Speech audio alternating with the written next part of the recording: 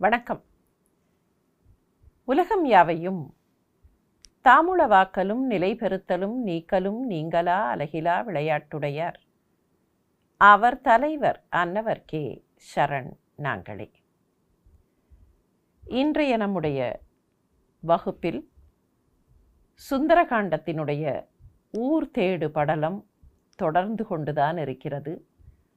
ஏற்கனவே பார்த்திருக்கிறோம். சுந்தரகாண்டத்தினுடைய மிக நீளமான படலம் ஊர் தேடு படலம்தான். என்ன இருந்தாலும் அனுமன் ஊர் முழுக்க தேட வேண்டாமா? அதுவும் அது சாதாரணமான ஊரா என்ன? 17-14 லோகத்தையும் கட்டியாண்ட ராவணனுடைய தலைநகரம். ஆனால் அதையெல்லாம் விட 17-14 லோகத்தையும் சேர்த்தால் கூட இதனுடைய அளவிற்கு பெருமானம் இல்லை என்று சொல்லக்கூடிய நிலையில் அவ்வளவு பெரியதாக இருந்த இலங்கை மாநகரம். அந்த இலங்கை மாநகரத்திற்குள் தேட வேண்டும் என்றால் நீளமாகத்தானே இருக்கும். அனுமன் தேடுகிறான். இயக்கியர் அரக்கிமார்கள் நாகியர் எஞ்சியில் விஞ்சை முயல் கரை இலாத திங்கள் முகத்தியர் முதலினோரை மயக்கர நாடியேகும் மாருதி. சீதையை தேட வேண்டும். சீதை இருக்கும் இடத்தை கண்டுபிடிக்க வேண்டும். எனவே எங்கேயெல்லாம் பெண்கள் தென்படுகிறார்களோ அங்கேயெல்லாம் தேடுகிறான். யக்ஷ வர்க்கத்தைச் சேர்ந்த பெண்கள், அவர்கள்தான் இயக்கியர். அரக்கிமார்கள் நாகியர், நாகலோகத்தைச் சேர்ந்த பெண்கள். எஞ்சியில் விஞ்சை வித்யாதர பெண்கள். இந்த வித்யாதர பெண்கள் மிக அழகானவர்கள் என்று கணக்கு. அவர்கள் முகத்தை பார்த்தால் திங்கள் போல முகம். அதிலும் கூட கவிச்சக்கரவர்த்தி எந்த நுட்பத்தை காட்டுகிறார் பாருங்கள். நிலாவை பார்த்தால் நிலாவிலே களங்கம் தெரியும் இல்லையா? பூரண நிலா என்றாலும் கூட அதிலே களங்கம் இருக்கும். ஆனால் இந்த பெண்களின் முகங்களில் களங்கம் இல்லை. அதை எப்படி சொல்கிறார்? முயல் கரை இலாத திங்கள். நிலாவிலே இருக்கிற அந்த கரை, ஒரு முயல் அங்கே உட்கார்ந்திருக்கிறது என்று சொல்லுவார்கள்.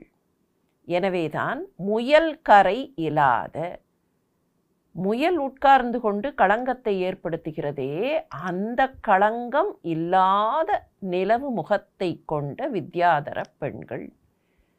இப்படி இவர்களையெல்லாம் இவர்கள் இருக்கிற இடங்களிலெல்லாம் தேடுகிறான். மயக்கர நாடி ஏகும் மாருதி.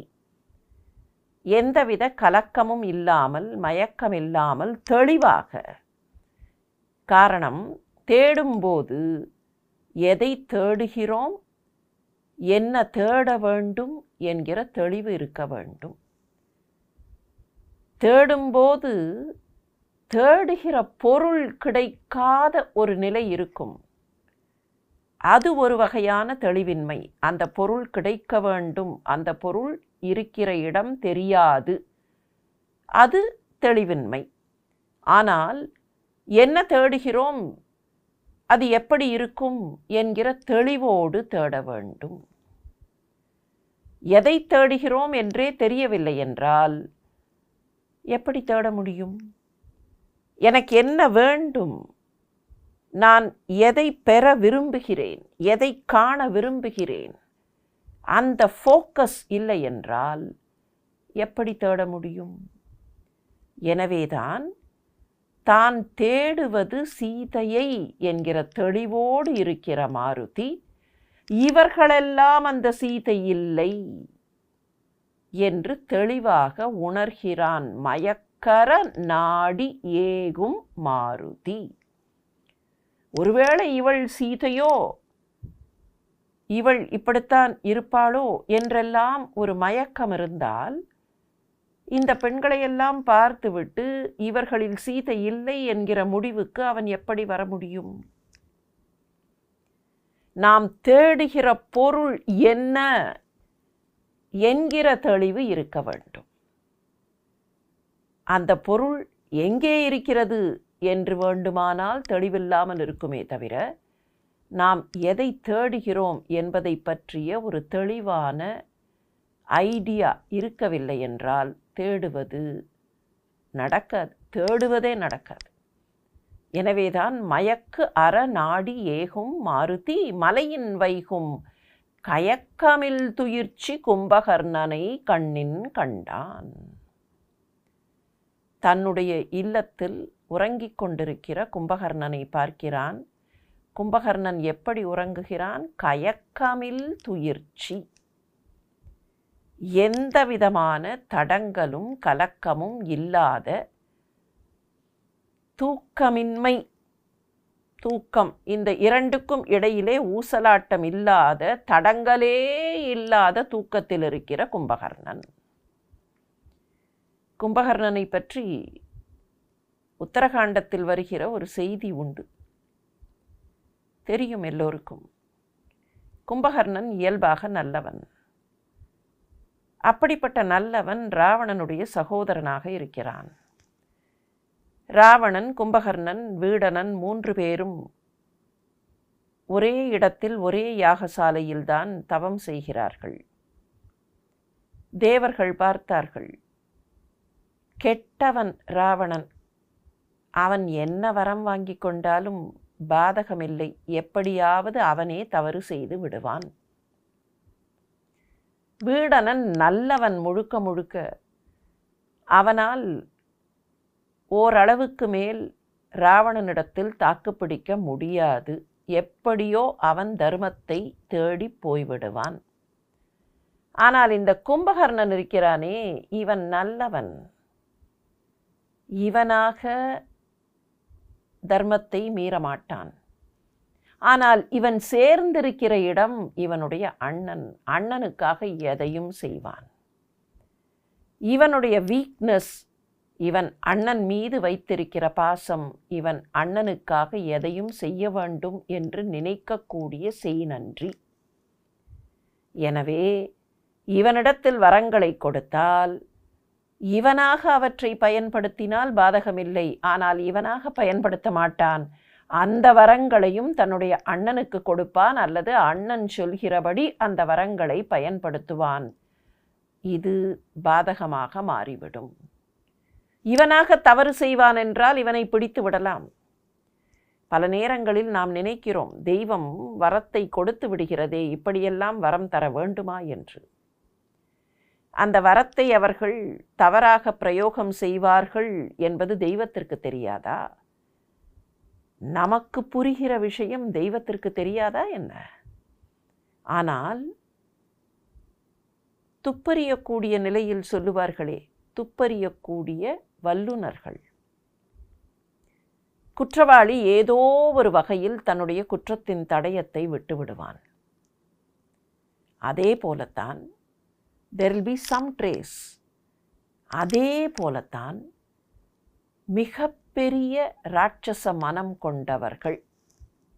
ராட்சச மனம், அவர்கள் வடிவத்திலே ராட்சச தோற்றம் கொண்டவர்களாக இருக்க வேண்டும் என்கிற அவசியமில்லை.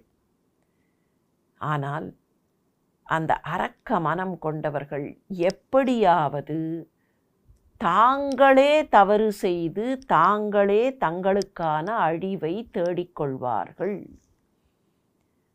இதனால்தான் தெய்வம் கவலைப்படவில்லை. வரங்களை கொடுத்தாலும் அந்த வரங்களை துஷ்பிரயோகம் செய்யும்போது சிக்கிக்கொள்வார்கள் என்பது அந்த தெய்வத்திற்கே தெரியும். ஆனால் கும்பகர்ணனை பொறுத்தவரையில் அவனிடத்தில் நன்மை இருக்கிறது. எனவே அவன் அந்த வரங்களை துஷ்பிரயோகம் செய்ய மாட்டான் என்றாலும் கூட அந்த வரங்களை ராவணனுக்கு கொடுத்து விடுவான். இது ஏகத்துக்கும் பாதகமாக மாறிவிடும். எனவேதான் என்ன செய்தார்கள்? அம்மா சரஸ்வதி, எப்படியாவது வழி கண்டுபிடி என்று கேட்க சரஸ்வதி அவன் நாவில் வந்து அமர்ந்தாள். உனக்கு என்ன வேண்டும் என்று கேட்டபோது, எனக்கு நித்தியத்துவம் வேண்டும் என்று கேட்கப் போனவன் சரஸ்வதி நாவை புரட்ட நித்ரைத்துவம் வேண்டும் என்று கேட்டுவிட்டான் இல்லையா? சரஸ்வதி கொடுத்த வரம் இல்லை, பிரம்மா கொடுத்த வரம் சரஸ்வதியின் தூண்டுதலால். ஆக 2 பேரும் சேர்ந்து கொடுத்த வரம். அப்படி 2 பேரும் சேர்ந்து கொடுத்திருக்கக்கூடிய நித்ரித்துவம், அந்த நித்ரித்துவத்தில் எங்கேயாவது தளர்ச்சி வருமா? அது எங்கேயாவது குறையுமா? ஆகவேதான் கயக்கம் இல் துயிர்ச்சி, எந்தவித தளர்வும் இல்லாத தூக்கம். நாமெல்லாம் தூங்குகிற தூக்கம் தளர்வோடு கூடிய தூக்கம். நன்றாக தூங்கினீர்களா என்று கேட்டால் நிறைய பேர் சொல்லுவார்கள், தூங்கினேன், ஆனால் சரியாக தூங்கவில்லை, ஏதோ ஒரு விதமான தூக்கமின்மை, ரெஸ்ட்லெஸ்னஸ் இருந்தது என்பார்கள். கும்பகர்ணன் அப்படி இல்லை. எந்த தளர்ச்சியும் இல்லாத தூக்கத்தில் இருப்பவன் கயக்கம் இல் துயிர்ச்சி கும்பகர்ணனை கண்ணில் கண்டான். ஓசனை 7 அகன்று உயர்ந்தது, உம்பரின் வாசவன் மணிமுடி கவித்த மண்டபம் ஏசர விளங்கியது. இருளை எண்வகை ஆசையின் நிலைகெட அலைக்கல் ஆன்றது. கும்பகர்ணன் இருந்த மாளிகை, அவனுடைய மாளிகை எப்படிப்பட்டது? யோசனை 7 அகன்று உயர்ந்தது. 7 யோஜனை நீளத்திற்கும் அகலத்திற்கும் இருக்கக்கூடிய ஒரு பெரிய மண்டபத்தில். அப்படியானால் அவனுடைய மாளிகை எவ்வளவு பெரியதாக இருந்திருக்கும்? கும்பகர்ணன் எந்த அறையிலே அல்லது எந்த மண்டபத்திலே உறங்குகின்றானோ அந்த மண்டபம். உம்பரின் வாசவன் மணிமுடி கவித்த மண்டபம் ஏசர விளங்கியது. தேவலோகத்தின் தலைவனாக இருக்கிற தேவேந்திரன், அந்த தேவேந்திரனுக்கு பட்டாபிஷேகம் நடக்கக்கூடிய மண்டபம். அந்த தேவேந்திரன் தன்னுடைய சிம்மாசனத்தில் அமர்ந்திருக்கிற மண்டபம், அவனுடைய தர்பார் மண்டபம் என்று வைத்துக்கொள்வோம். தேவேந்திரன் தன்னுடைய மைய இருக்கையாக வைத்திருக்கிற அந்த மணி மண்டபம், மணிமுடி கவித்த மண்டபம், அவன் சிம்மாசனத்தில் அமர்ந்திருக்கிற, திருமுடியை கவித்து கொண்டு அமர்ந்திருக்கிற மண்டபம். அந்த மண்டபம் போல எந்த குற்றமும் இல்லாமல் விளங்கிய கும்பகர்ணனின் மண்டபம். இதற்கு ஒரு பாடாந்திரம் உண்டு.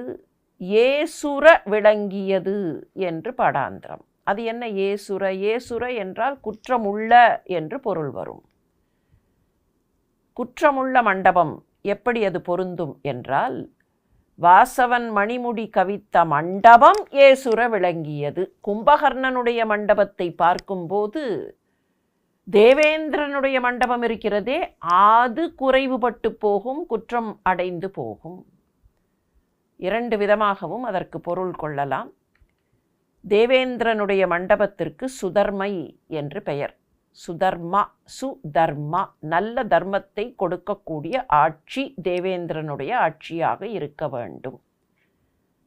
அஷ்டவசுக்களுக்கும் அவன் தலைவன் என்பதனால் அவனுக்கு வாசவன் என்று பெயர்.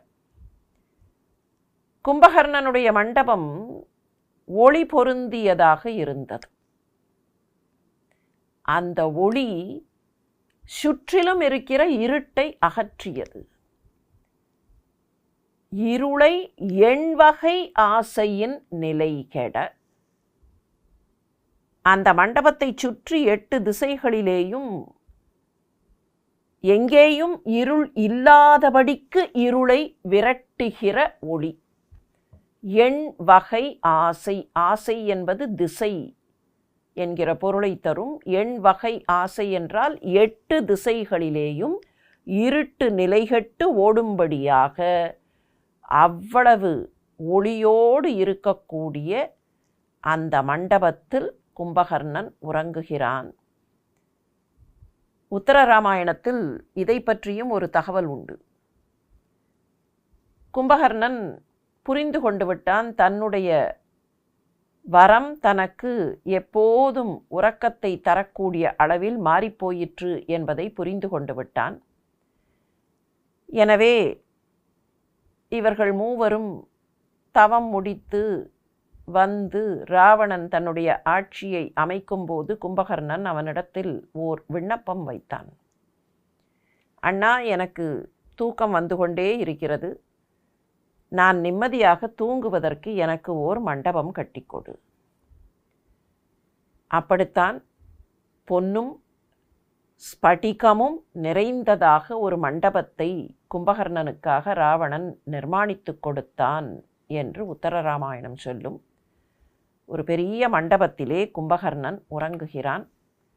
அன்னதன் நடுவன் ஓர் அமளி மீமிசை பன்னக அரசு என பறவைதான் என துன் இருள் ஒரு வழி தொக்கதாம் என உன்ன அரும் தீவினை உருக்கொண்டெனவே. தொடர்ந்து வரக்கூடிய பாடல்கள் கும்பகர்ணன் உறங்குகின்றான் என்பதை விவரிக்கக்கூடிய பாடல்கள். எனவே இந்த பாடல்களை நிறைவு செய்யும் போது கும்பகர்ணன் உறங்குகின்றான் என்று நாமே சேர்த்து கொள்ளலாம். பாருங்கள், இந்த பாட்டையும் கூட பாருங்கள். உன்னாரும் தீவினை உருக்கொண்டெனவே கும்பகர்ணன் உறங்குகின்றான். இளம் தென்றல் வந்து இழுகி ஏகவே கும்பகர்ணன் உறங்குகின்றான். எனவே கும்பகர்ணன் உறங்குகின்றான் என்பதை அந்த சொற்றொடரை பிரயோகம் செய்யாமல் அந்த காட்சியை கவிச்சக்கரவர்த்தி விவரிக்கிறார். அந்த மண்டபத்தின் நடுவில் அன்னதன் நடுவன். நடுவன் என்பது நடுவிலே, மைய, மத்திய என்கிற பொருளை தரும். சென்ட்ரல் கவர்மெண்ட் என்கிற போது நடுவன் அரசு என்பார்கள். அன்னதன் நடுவன் ஓர் அமளி மீமிசை. அமளி என்பது படுக்கை.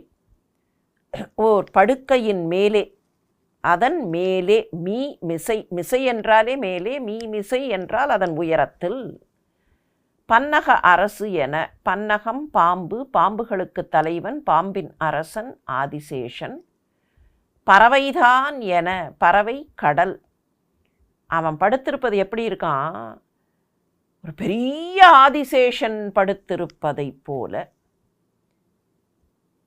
பல தலைகளை கொண்ட ஆதிசேஷன் படுத்திருப்பதை போல.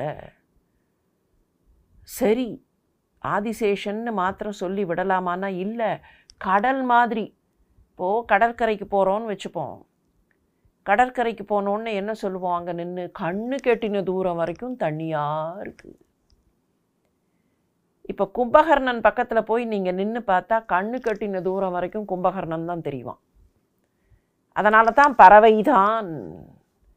கண்ணு கெட்டிய தூரம் வரைக்கும் கும்பகர்ணனே தெரிவான் என்கிற அளவுக்கு அவ்வளவு பெரியதாக பன்னக அரசு என, பறவைதான் என. பன்னக அரசுக்கு என்ன சிறப்பு?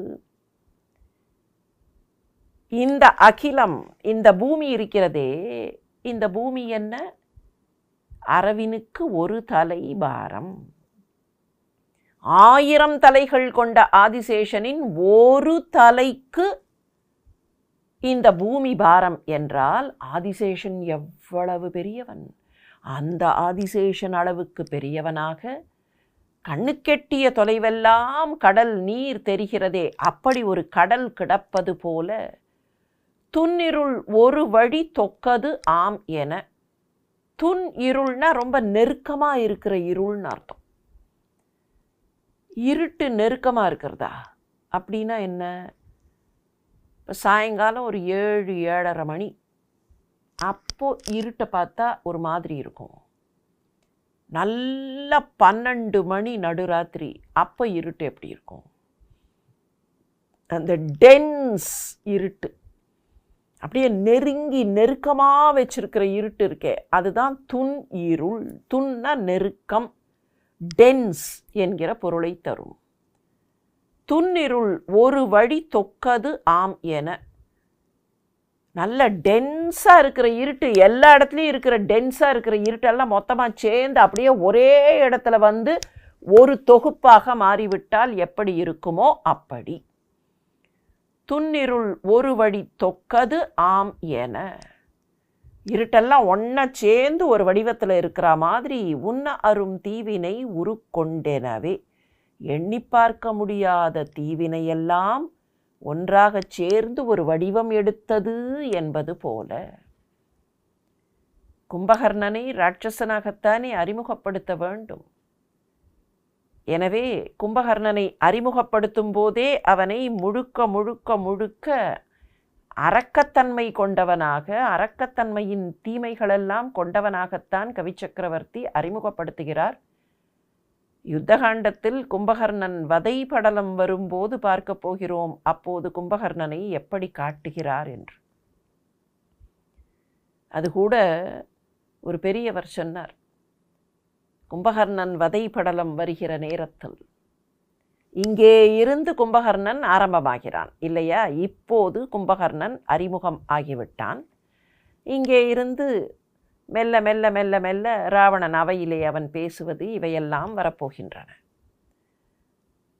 இதை வைத்துக்கொண்டு பார்க்கும்போது இங்கே தீமையாக கண்ணுக்கு தெரிகிற கும்பன், அரக்க சகோதரனாக தெரிகிற கும்பன். ஆனால் அந்த கும்பன் யுத்தகாண்டத்தில் எப்படி மாறப்போகிறான் அதை வைத்துக்கொண்டு சொல்லும்போது அந்த பெரியவர் சொன்னார், கம்பன் கும்பனை எழுத ஆரம்பித்தான்.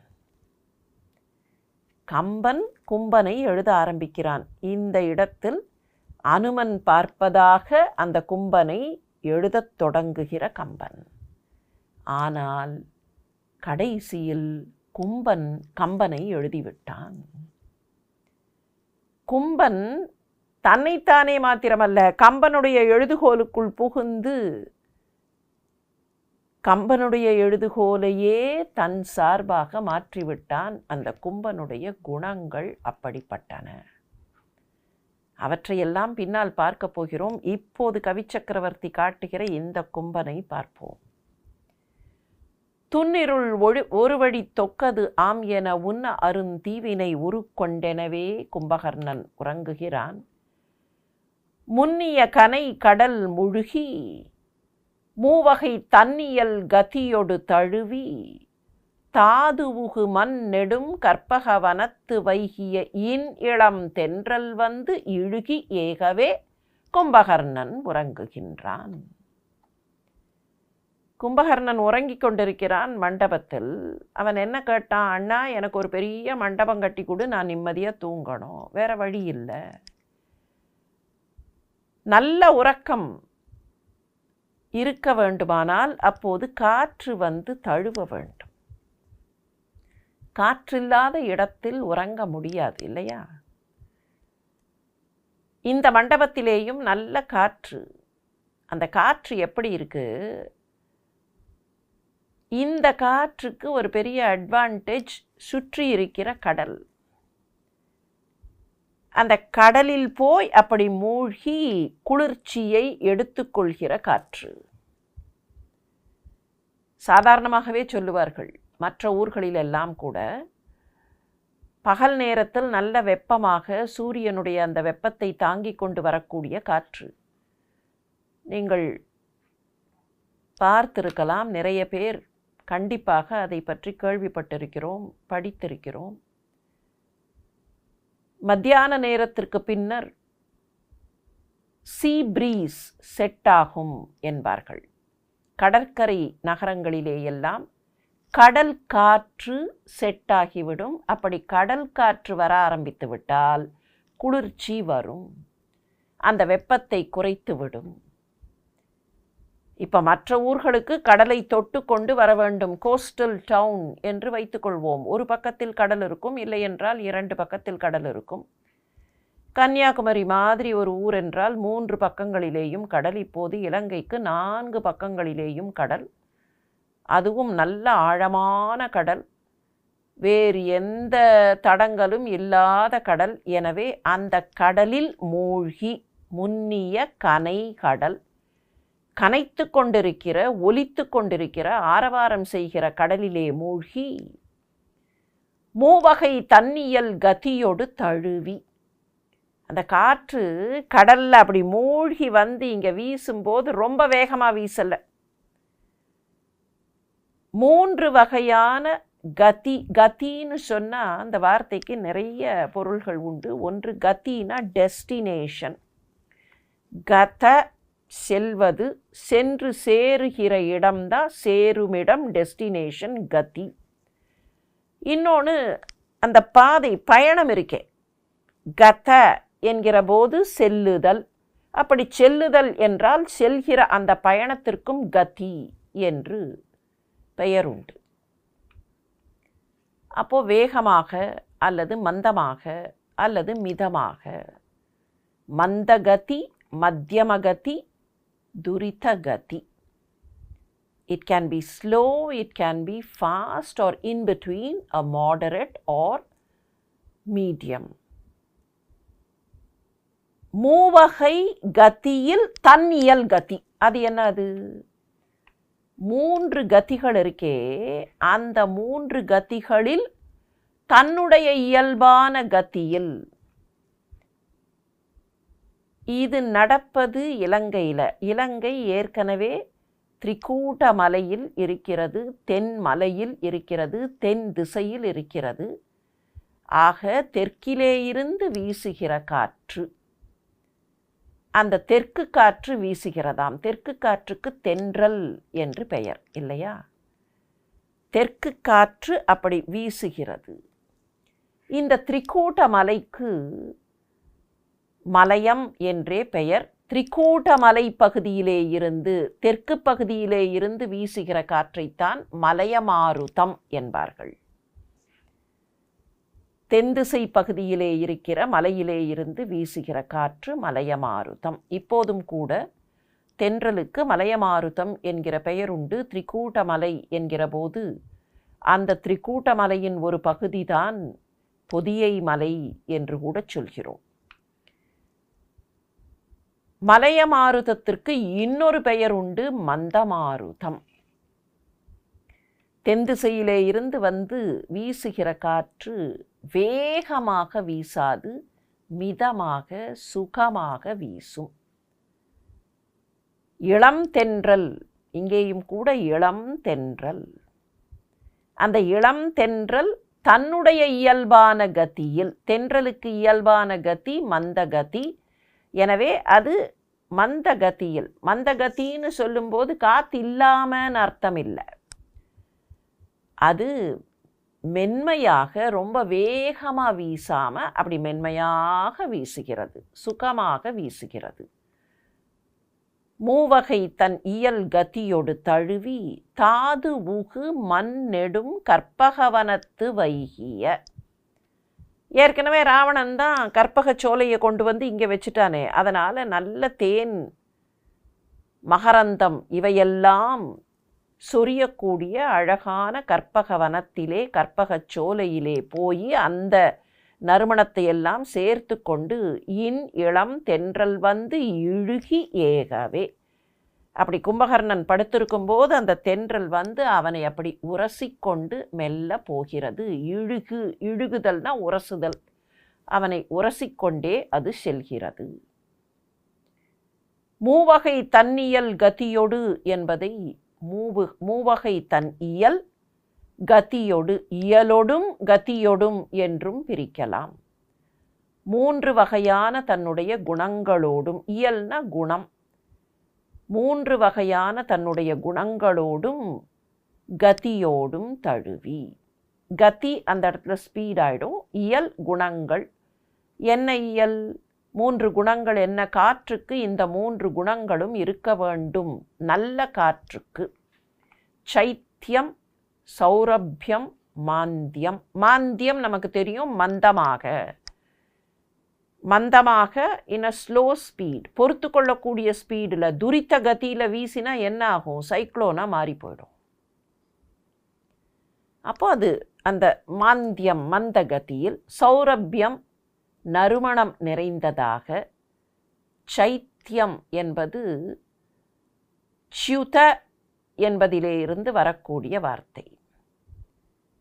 சைத்திய என்றால் அப்படி ஃப்ரீ ஃப்ளோயிங். ஃப்ளோயிங் ஆனால் ஃப்ரீ ஃப்ளோயிங். பல நேரங்களில் குதிரைக்கு கூட, குதிரையினுடைய அந்த கேலப்பிங் ஃப்ரீயாக, வித்தவுட் எனி தடங்கள், அதற்கு கூட சைத்தியம், குதிரையிலேயே சைத்தியம் உண்டு. அந்த ஃப்ரீ ஃப்ளோயிங்காக இருக்கணும். ட்ராப்ஸ் அப்படியே, இப்போ ஒரு இடத்துல தண்ணீரில் பார்க்கலாம். வேறு ஒரு கலரில் தண்ணீரை கலந்தோன்னா அப்படியே அந்த ட்ராப்ஸ் வந்து அப்படி ஃப்ரீ ஃப்ளோயிங்காக போகும். சயின்ஸில் சொல்லுவார்கள் ஃப்ளூயிட் மோஷன். அது ரொம்ப ஃப்ரீ ஃப்ளோயிங்காக போகக்கூடிய தன்மை தான் சைத்தியம். அந்த இடத்துல தடங்கள் பட்டு கொஞ்சம் வீசி அப்புறம் நின்று, சில நேரங்களில் ஃபேனில் பார்த்துருக்கோம் இல்லையா, எலக்ட்ரிக் ஃபேன் போடும்போது அந்த ஃபேன் ஒரு பொசிஷனில் காற்று வரும், இன்னொரு பொசிஷனில் வராது. அந்த மாதிரி இல்லை, ஒரு ஃப்ரீ ஃப்ளோயிங் காற்று, நல்ல நறுமணம் கூடிய காற்று. ஆனால் அதே நேரத்தில் துரிதமாக வீசாமல் சுகமாக வீசுகிற மாந்திய கதியினுடைய காற்று. அந்த காற்று கும்பகர்ணனை தொட்டு செல்ல, வானவர் மகளிர் கால்வருட மாமதி ஆனனம் கண்ட மண்டபத்துள் ஆய் கதிர் கால் நகு காந்தம் மீக்கான்ற காமர் நீர் தூநிற நருந்துளி முகத்தில் தூற்றாவே. வானலோகத்து பெண்கள் அவனுடைய காலை வருடி விடுகிறார்கள். சேடி பெண்களாக, பணிப்பெண்களாக அவர்கள் ஆணையிடப்பட்டிருக்கிறார்கள். அவனுடைய கால்களை வருடி அவன் தூங்கும்போது அவன் நன்றாக தூங்குவதற்கு அவன் கால் வருட, அந்த பெண்களின் அழகான முகங்கள், தேவலோகத்து அரம்பையர் இல்லையா, அவர்களுடைய அந்த பூரண நிலவு போன்ற முகங்கள். மாமதி ஆனனம். ஆனனம் என்றால் முகம். கஜானனம் என்று சொல்கிறோம், யானை முகத்தோன். மாமதி ஆனனம் கண்ட மண்டபத்துள் ஆய் கதிர் கால் நகு சந்திரகாந்தம். இப்போது இந்த பெண்கள் உட்கார்ந்து கால் வருடி கொண்டிருக்கிறார்கள். அவர்களுடைய பூர்ண நிலவாக இருக்கிற முகங்கள். இந்த மண்டபத்தில் சந்திரகாந்த கற்களை எல்லாம் வைத்து தூண்கள் அமைக்கப்பட்டிருக்கின்றன. பெரிய மண்டபம், 7 யோஜனை அகலம் இருக்கிற மண்டபம்.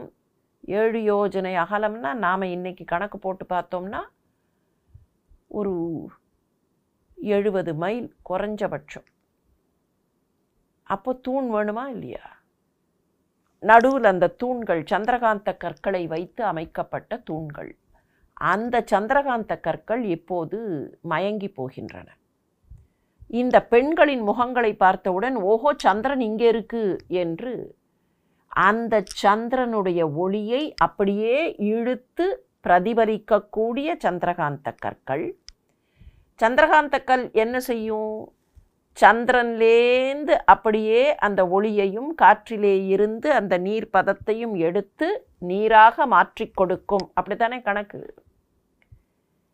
அந்த நீர் துளி இப்போ இந்த கற்கள்லாம் நீரை எடுத்து விட்டன. அங்கே இருந்து குளிர்ச்சியை உறிஞ்சி நீரை கொடுக்கின்றன. அந்த நீர் துளி அப்படி வீசுகின்றன, கொட்டலை. அந்த நீர் துளியை அப்படி வீச அது கும்பகர்ணனுடைய முகத்தில் வந்து சில நீர்த்துளிகளும் ஒளி பொருந்திய அந்த சந்திரனுடைய ஒளியுமாக சேர்ந்து அவனுடைய முகத்தில் அப்படி தூற்றுகின்றன. தூநிற நருந்துளி முகத்தில் தூற்ற, அவனுடைய முகத்தில் அந்த நீர்த்துளிகள் அப்படி பட, மூசிய உயிர்ப்பு எனும் முடுகு வாதமும் வாசலின் புறத்திடை நிறுவி வன்மையால் நாசியின் அளவையின் நடத்த கண்டவன் கூசினன் குதித்தனன் விதிர்த்த கையினான். கும்பகர்ணன் எப்படி தூங்கிக் கொண்டிருந்தான் என்று வர்ணிக்கிற கவி சக்கரவர்த்தி இப்போ அனுமனை வர்ணிக்கிறார். அனுமனுக்கு என்ன ஆகிறது என்பதை காட்டுகிறார். மூசிய உயிர்ப்பு எனும் முடுகு வாதம். கும்பகர்ணன் மூச்சு விடுகிறான். அவனுடைய சுவாசம், அதுதான் உயிர்ப்பு. மூசிய உயிர்ப்பு, அவனுடைய மூச்சு என்கிற உயிர்ப்பு. வாதம்னாலும் காற்றுன்னு அர்த்தம். உள்ளேயும் வெளியேயும் போய் வந்து கொண்டிருக்கக்கூடிய, முடுகி இப்படியும் அப்படியுமாக போய் வந்து கொண்டிருக்கக்கூடிய அந்த காற்று. இப்போ இதை இப்படி கற்பனை பண்ணி பாருங்கள். மண்டபத்தில் அவன் தூங்குகிறான். மண்டபத்தினுடைய வாசல் பகுதியில் அந்த மாளிகைக்குள்ளே நுழைந்து யார் என்று எட்டி பார்க்கிற அனுமன். இப்போ இவன் மூச்சு விட்ட உடனே இவனுடைய வெளி சுவாசம், அதிலிருந்து வரக்கூடிய காற்று வாசலின் புறத்திடை நிறுவி அது வரைக்கும் போகிறது. 7 யோஜனை தூரம் இருக்கக்கூடிய அந்த மண்டபத்தில் அந்த வாசல் வரைக்கும் அந்த காற்று போகிறது. அங்க அனுமன் இருக்கான். இப்ப திருப்பியும் இவன் மூச்சை உள்ள இழுக்கிறான். இவன் மூச்சை உள்ள இழுக்கும்போது அது அனுமனையும் சேர்த்து இழுக்கிறது. வாசலின் புறத்திடை நிறுவி வன்மையால் நாசியின் அளவையின் நடத்த. வன்மையால் அது இவன் திருப்பி உள்ள மூச்சை இழுக்கும்போது அந்த வேகத்தில், அந்த வலிமையில், அந்த வன்மையில் அது அப்படியே பிடிச்சு இழுக்க அனுமன் இஸ் கெட்டிங் சக்டு இன். நாசியின் அளவையின், அவன் மூக்குக்கு பக்கத்தில் அனுமனை கொண்டு வர அனுமன் அந்த மூச்சுக்காற்றால் இடிக்கப்பட்டு இழுக்கப்படுகிறான். அப்படி இழுக்கப்படுகிற நிலையில் அவனுடைய மூச்சுக்குள்ளே போவதா கண்டவன் கூசினன். அந்த காற்று தன்னை அப்படி அலைக்கழிப்பதை கண்டவன் கூசினன் குதித்தனன். அந்த காற்றினுடைய இழுப்பிலிருந்து, ஈர்ப்பிலிருந்து அப்படி குதித்து அந்த பக்கமாக மாறிக்கொள்கிறான். விதிர்த்த கையினான். இந்த காற்றில் இப்படி அப்படியும் போகும்போது அவனுடைய கைகள் ஆட்டமுறுகின்றன. குதிக்கும் போதும் கைகள் அசைகின்றன. குதித்தனன் விதிர்த்த கையினான். ஊவேசா உரையில் குதித்தனன் என்கிற வார்த்தையை கொதித்தனன் என்று கொடுப்பார்கள். ஸ்ரீ ஐயர் அவர்கள் இதற்கு ஒரு குறிப்பு எழுதியிருக்கிறார். குதித்தனன் என்று சொன்னால் குதித்தனன் பொருத்தமாக தோன்றுகிறது. ஆனால் கொதித்தனன் என்பது இன்னமும் நன்றாக இருக்கும். காரணம், என்னதான் கும்பகர்ணனுடைய வலிமை என்றாலும் கூட அனுமனுடைய வீரத்திற்கும் பேராண்மைக்கும் பக்கத்தில் அது செல்லுபடியாகாது. எனவே he was pulled என்று சொல்லுவது அவ்வளவு பொருத்தமாக இல்லை. இப்படி என்னை இழுக்கிற அளவிற்கு இந்த காற்று வருகிறதே, அவன் ஸ்டேபிளாக தான் இருக்கான். இப்போ நல்ல புயல் அடிக்கும்போது சில நேரத்தில் நம்ம வாசலில் போய் நிற்கிறோம், தெருவில் நிற்கிறோன்னா அப்படி தள்ளும்போது கீழே விழுந்து விடாமல் நம்மை நிலைநிறுத்தி கொள்ள முடியும். அந்த வலிமை இருப்பவர்களால் முடியும் இல்லையா? காற்று தள்ள முயலும், ஆனால் நிற்போம். அதுபோல அந்த காற்று, கும்பகர்ணனுடைய சுவாச காற்று இவனை இழுக்கவும் தள்ளவும் முயல்கிறது. ஆனால் அனுமன் அப்படியே நிற்கிறான். கொதித்தனனானால் அவனுக்கு கோபம் வருகிறது. இப்படியா அரக்கத்தனம் என்று அதை பார்த்து அவனுக்கு கோபம் வருகிறது. கொதித்தனன் விதிர்த்த கையினான். விதிர்த்த கையினான் என்கிற போது புகழ்மிக்க கையினான் என்று ஒரு பழைய உரை சொல்கிறது. விதிர்த்தல் என்றால் புகழ்தல் என்று ஒரு சொல் உண்டு என்பதனால் அதை எப்படி வேண்டுமானாலும் எடுத்துக்கொள்ளலாம். அனுமனை அந்த காற்று அலைக்கழிக்க முயல்கிறது. அனுமன் அந்த காற்றை, கும்பகர்ணனுடைய சுவாசம் எப்படி, அவனுடைய அந்த மூச்சு காற்று உறங்கும் போது இப்படியும் அப்படியும் அடுத்தவர்களை அலைக்கழிக்கக்கூடிய அளவுக்கு கும்பகர்ணனுடைய வலிமை என்பதற்காக பூழியின் தொகை விசும்பு அணவப் போய் புகும் கேழில் வெம் கொடியவன் உயிர்ப்பு கேடிலா வாழிய உலகெல்லாம் துடைக்கும் மாருதம் ஊழியின் வரவு பார்த்து உழல்வது ஒத்தாதே.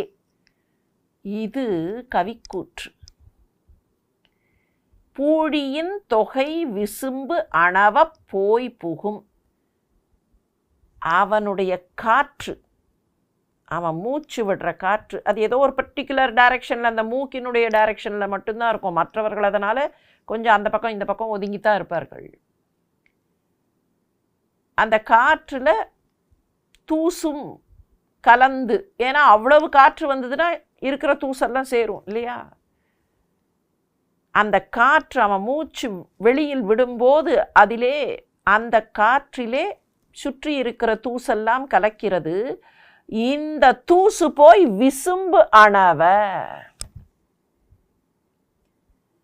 நாம் சில நேரத்தில் பார்க்கலாம், ஜன்னல் கதவை திறந்தோன்னா அது வழியாக வெளிச்சம் வந்ததுன்னா அப்போ அந்த தூசு அலைக்கழிவது நமக்கு தெரியும்.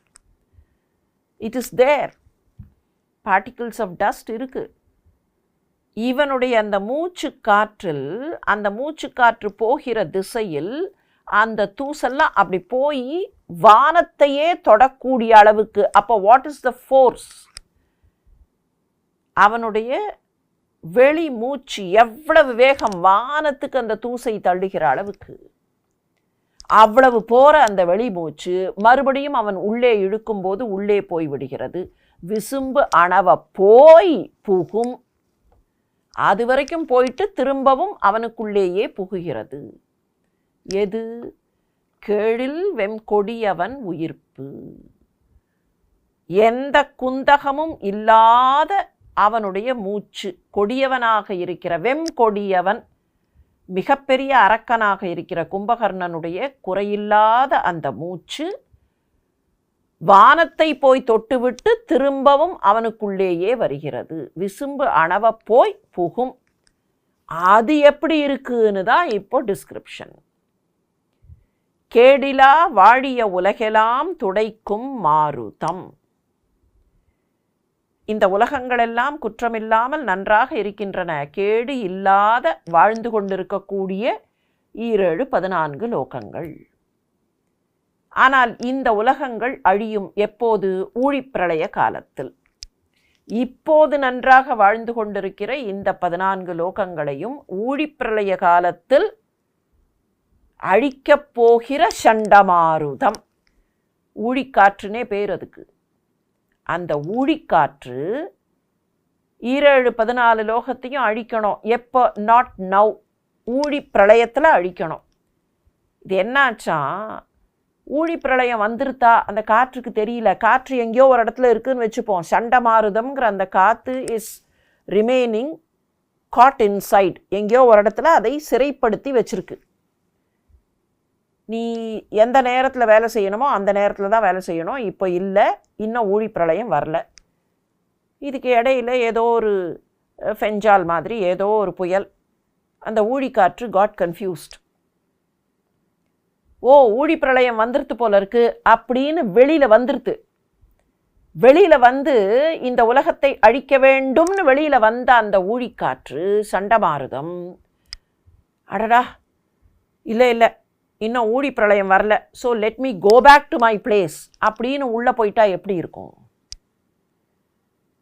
காற்றுக்கு இப்போதெல்லாம் பெயர் வைக்கிறோம் இல்லையா? புயல் காற்றுகளுக்கெல்லாம் பெயர் வைக்கிறோம்.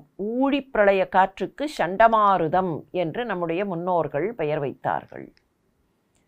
கோபமான காற்று அந்த சண்டமாருதம், அது உள்ளதான் இருந்தது. அந்த காற்று ஊழியின் வரவு பார்த்து உழல்வது. ஊழிப்பிரளயம் வந்துருத்தா அப்படின்னு பார்க்கறதுக்காக வெளியில் வந்துட்டு அது வரலன்னு தெரிஞ்ச உடனே மறுபடியும் உள்ளுக்குள்ளே போவது. உழல்தல்னா இப்படியும் அப்படியுமாக அலைவது. ஊழியின் வரவு பார்த்து உழல்வது ஒத்தாதே.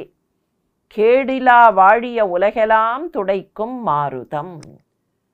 உலகெல்லாம் துடைக்கும் மாருதம், உலகங்களை அழிக்க வேண்டிய மாருதம். ஊழியின் வரவு பார்த்து, ஊழி வந்துவிட்டதா என்று பார்த்து இன்னும் வரவில்லை என்று புரிந்தபோது மறுபடியும் திரிந்து உள்ளே போயிற்றே, அந்த அலைதல் திரிதல் போல விசும்பு அணவ போய் திரும்ப வந்து புகுகிறது கொடியவன் உயிர்ப்பு. சண்டமாருதம் ஊழிக்காலம் வந்ததோவென்று பார்ப்பது போன்று மூச்சு வெளியிலே புறப்பட்டது. அந்த வாயு நமக்கு இன்னும் காலம் வரவில்லை என்று பின்வாங்கல் ஒத்தது. நாசியிலே அந்த மூச்சு திரும்ப வந்து புகுந்தது.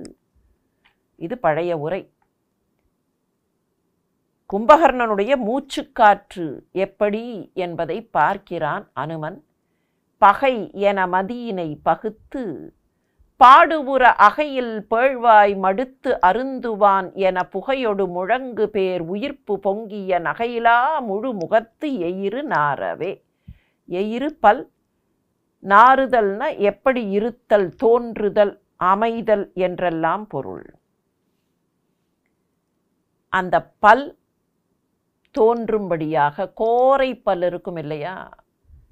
பகை என மதியினை பகுத்து.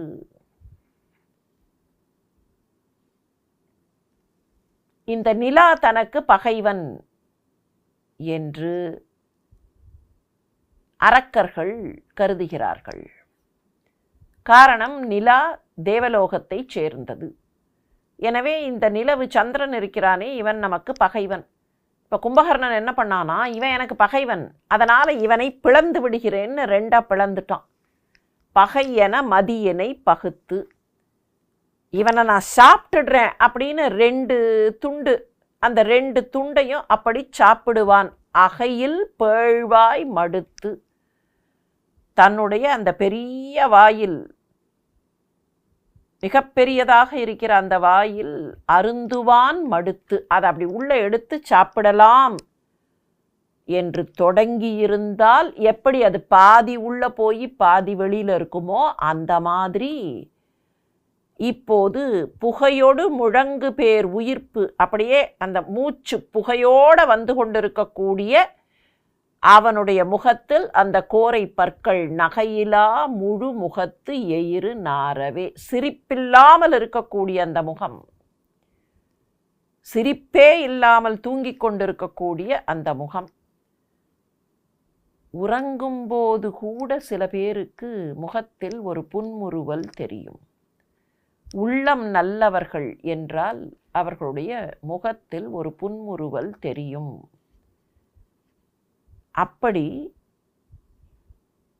நல்ல உள்ளமாக இருந்தால், தீமையை நினைக்காத உள்ளமாக இருந்தால் புன்முறுவல் தெரிந்திருக்கும். இங்கே நகையே இல்லாத முகம்,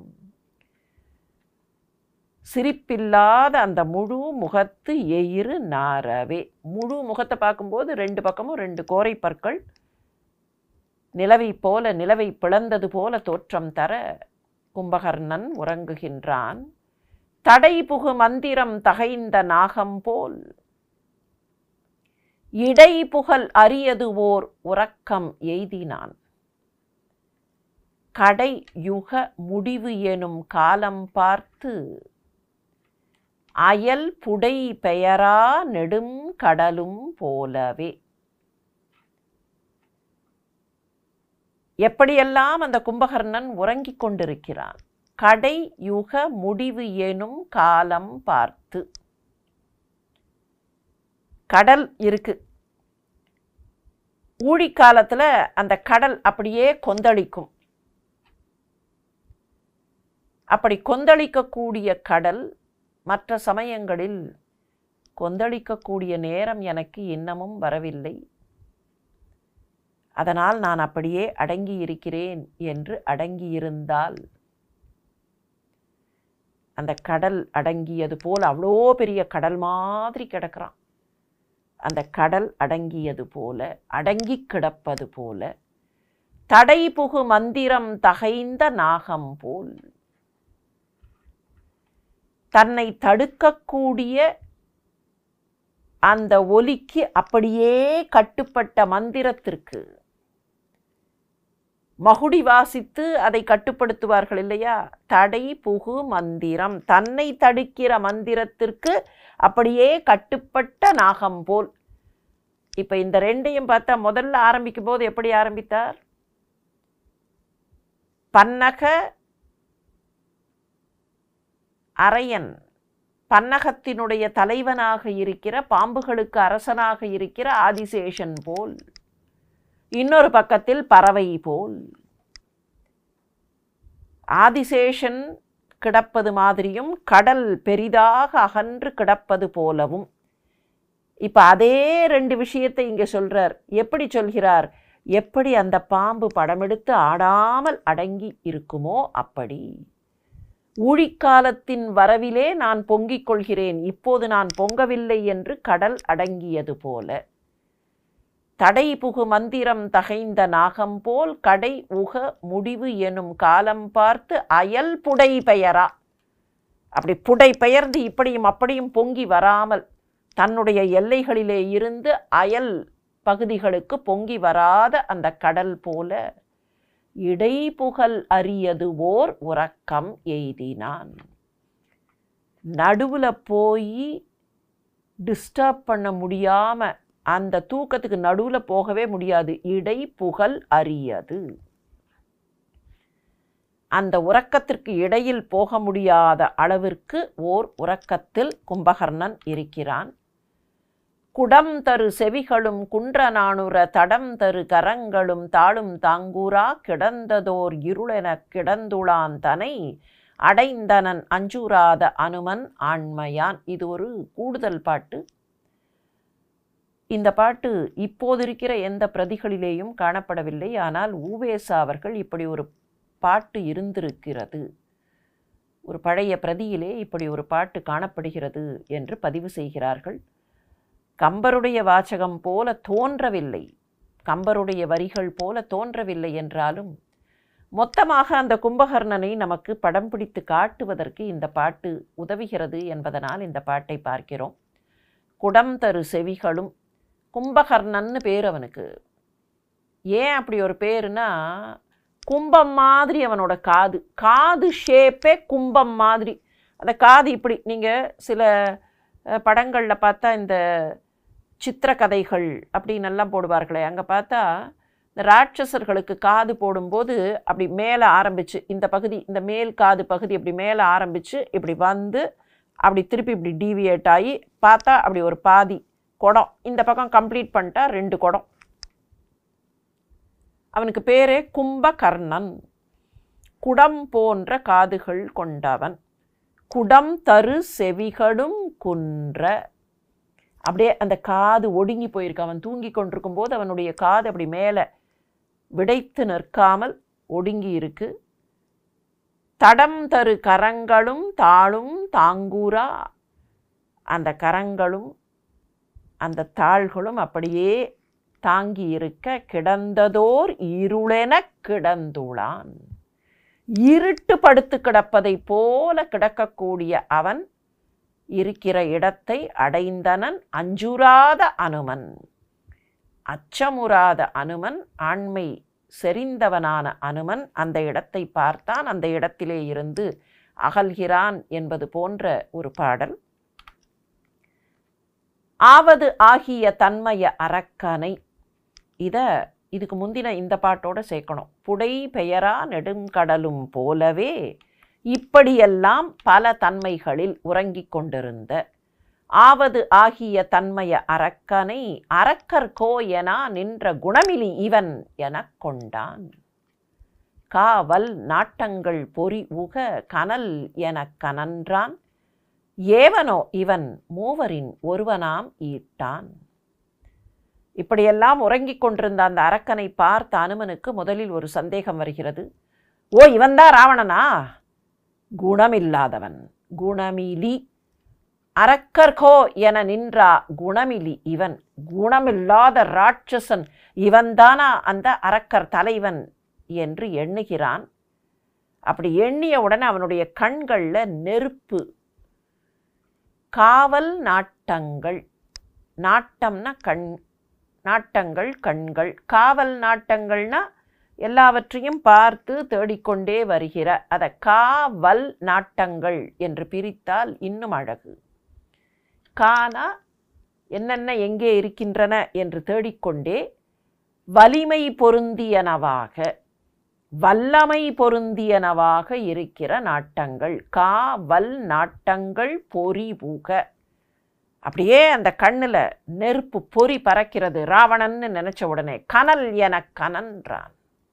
அப்படியே நெருப்பு மாதிரி கொதிக்கிறான். ஏவனோ இவன், என்ன பெரிய இவன், யார் இவன்? நம்ம கேட்போமா இல்லையா?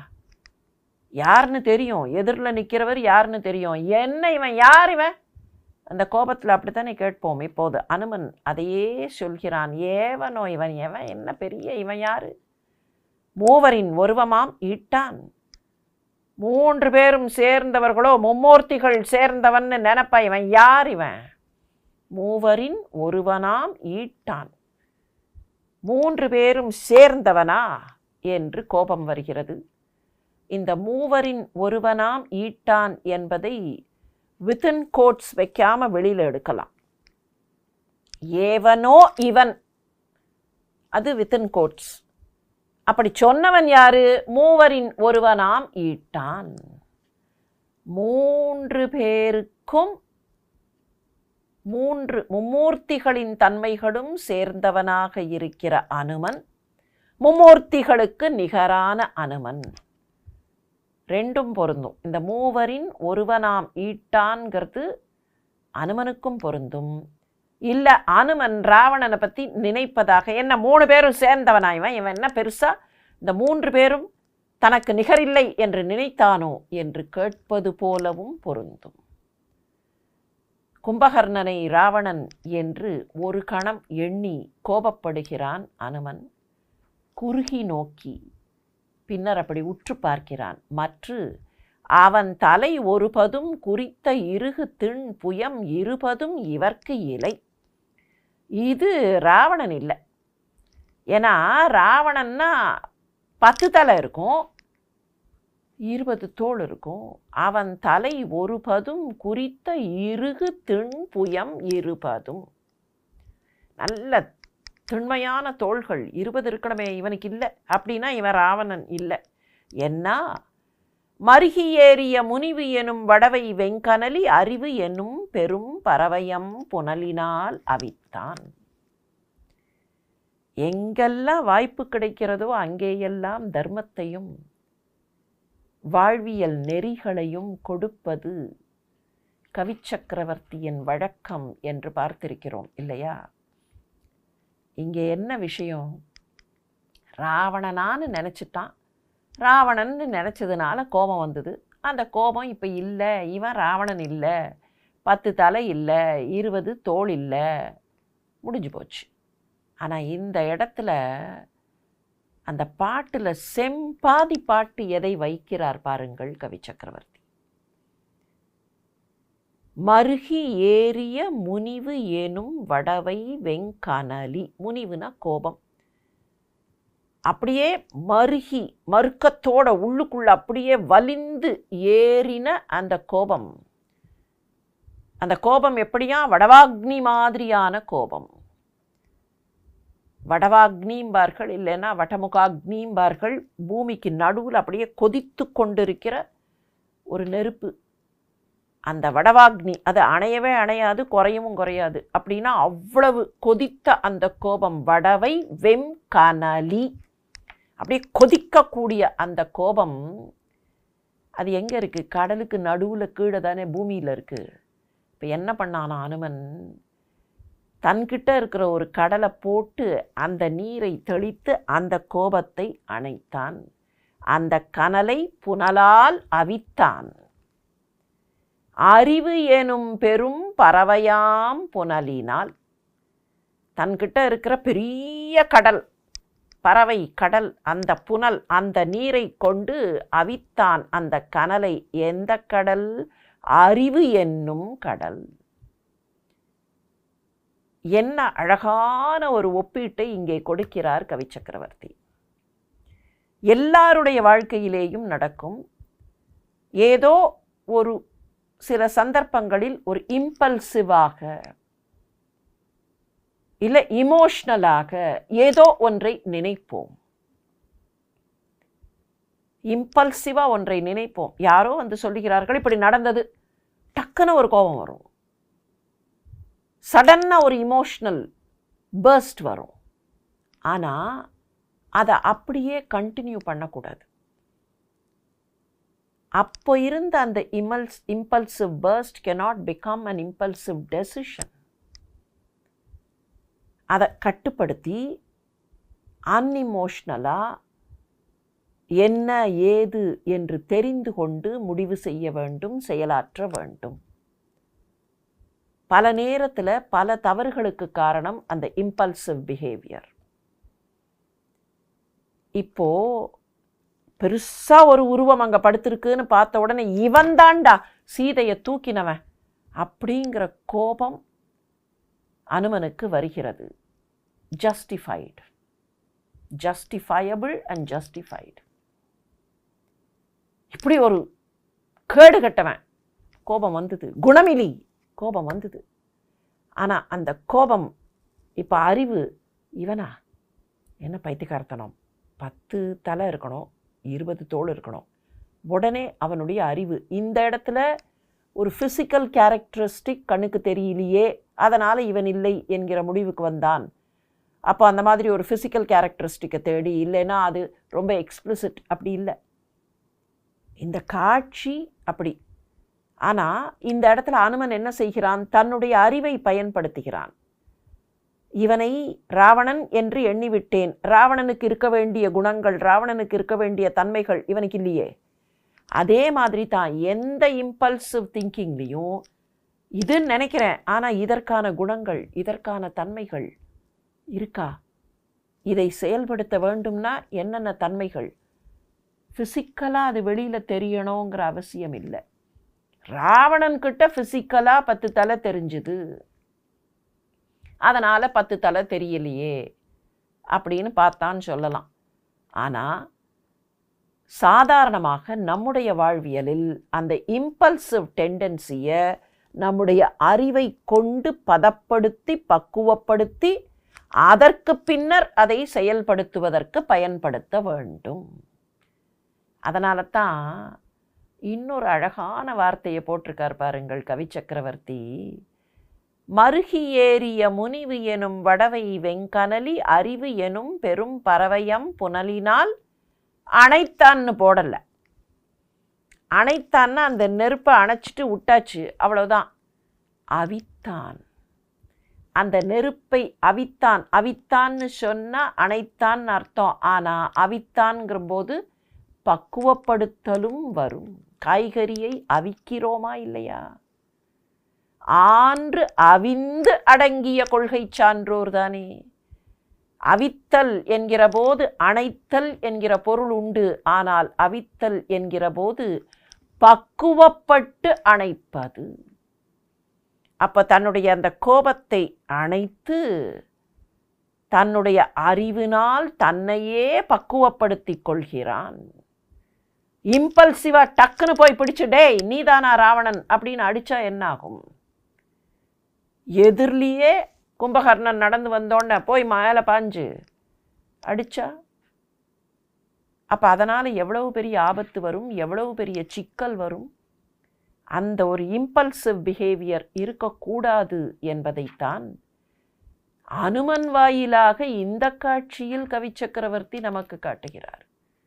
குறுகி நோக்கி மற்ற அவன் தலை ஒருபதும் குறித்த இருகு திண்புயம் இருபதும் இவர்க்கு இலை என்ன மருகியேறிய முனிவு எனும் வடவை வெங்கனலி அறிவு எனும் பெரும் பறவையம் புனலினால் அவித்தான். அவித்து நின்று எவனாயினும் ஆக என்று அங்கை கவித்து நீங்கிடச் சில பகல் என்பது கருதா செவிக்கு தேன் என ராகவன் புகழினை திருத்தும் கவிக்கு நாயகன் அனையவன் உரையுளை கடந்தான். சரி, யாராவனாலும் இருக்கட்டும், இவன் யாராவனாலும் இருக்கட்டும், இப்போ சீதையை தேடுறது தான் என்னுடைய இம்மீடியட் ஒப்ஜெக்டிவ். இவன் யாராவனாலும் இருக்கட்டும் அப்படின்னு அப்படி கையை அங்கை கவித்து, நாம் சில சமயத்தில் அது இருக்கட்டும் அப்படின்னு சொல்லுவோமா இல்லையா, லீவ் திஸ், லெட்ஸ் ப்ரொசீட். அந்த மாதிரி எவனாயினும் ஆக என்று அங்கை கவித்து தன்னுடைய அந்த உள்ளங்கையை அப்படி உதறி கவித்து உதறி எவனாயினும் ஆக என்று அங்கை கவித்து நீங்கிட சில பகல். இவர்கள்லாம் அழிவதற்கு இன்னும் சில பகல்கள் தான், சில நாட்கள் தான். ஏன்னா ராமன் வந்தாச்சுன்னா இவர்கள்லாம் ஒன்றுமில்லை. இவர்கள் அழிவதற்கு இன்னும் சில பகல்தான் மீதம். சரி இருக்கட்டும் என்று சொல்லிவிட்டு அங்கே இருந்து நகர்கிறான். அனையவன் உரையுளை கடந்தான். அந்த கும்பகர்ணன் இருக்கிற அந்த இல்லத்தை, அந்த மாளிகையை கடந்தான். கடந்தவன் யார்? செவிக்கு தேன் என ராகவன் புகழினை திருத்தும் கவிக்கு நாயகன். கவி சக்கரவர்த்தியினுடைய அற்புதமான வரிகளில் ஒன்று.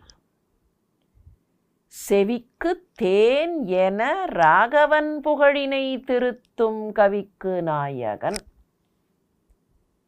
கவி சக்கரவர்த்தி மட்டும்தான் இப்படியெல்லாம் சொல்ல முடியும். இந்த வரிக்கு ஏராளமான வகையில் பொருள் காண முடியும். மேலோட்டமாக சாதாரணமாக ஒரு பொருள் கண்டால் ராகவனுடைய புகழை எடுத்து தன்னுடைய காதுக்கு தேனாக பயன்படுத்துகிற, திருத்துதல் அப்படின்னா பயன்படுத்துதல். ராகவனுடைய புகழையே தன்னுடைய காதுக்கு தேனாக பயன்படுத்துகிற குரங்குக்கு தலைவன். ஏன்? குரங்குக்கு தேன்னா ரொம்ப பிடிக்கும். தேன் குடிச்ச குரங்கும்பார்கள் இல்லையா? தேன் ரொம்ப பிடிக்கும் குரங்குக்கு. அபரிமிதமாக அதீதமாக தேனை அருந்திவிட்டு ஆட்டம் போடும். ஆனால் அனுமனை பொறுத்தவரையில் அவனுக்கு அந்த தேன் வேண்டாம். அவனுக்கு எந்த தேன் தெரியுமா? ராமனுடைய புகழ்தான் அவனுடைய செவிக்கு தேன். செவிக்கு தேன், அவனுடைய நாவுக்கு தேன். அவன் ஆசைப்படவில்லை. புலன்களையெல்லாம் கட்டுப்படுத்தியவன். ஆனால் அந்த காதுக்கு தேனாக ராமன் புகழை கருதுகிற கவிக்கு நாயகன். இது ஒரு பக்கத்து பொருள். இன்னொரு பக்கத்தில் பார்த்தா கவி சக்கரவர்த்தி எக்ஸெல்ஸ் his own self. செவிக்கு தேன் என ராகவன் புகழினை திருத்தும் கவிக்கு நாயகன். தேன் இருக்கு, மலைத்தேன் தான். பார்த்தேன், சிரித்தேன், பக்கம் வர துடித்தேன், மலைத்தேன் என நான் மலைத்தேன். மலையில் இருக்கிற தேன் தான், நல்ல தேன் தான். ஆனால் அந்த தேனை அப்படியே தேனடையிலேருந்து எடுத்த உடனே சுவைக்க முடியுமா? அது சுவை தேனாக இருக்குமா? அந்த தேனில் எவ்வளவோ கசடு கலந்துருக்கும், இங்கேயும் அங்கேயும் தூசு தும்பு இருக்கும். அதையெல்லாம் எடுத்து வடிகட்டி அப்போதான் அது பருகு தேனாக மாறும். அந்த மாதிரி ராமனுடைய புகழ் நேசன்ட் ஃபேம் இல்லை, அந்த நேசன்ட் ஃபேமை எடுத்து அதை ரொம்ப அழகாக பக்குவப்படுத்தி அந்த ராமனுடைய புகழை நாம் பருகுவதற்கு தரக்கூடிய தேனாக தரக்கூடிய கவிக்கு நாயகன். தேன் அருந்துவதில் கவிகளுக்கு விருப்பம் என்றால் ராமன் புகழ் என்கிற தேனை நாம் அருந்துவதற்கு பக்குவப்படுத்தி கொடுக்கக்கூடிய கவிக்கு நாயகன்.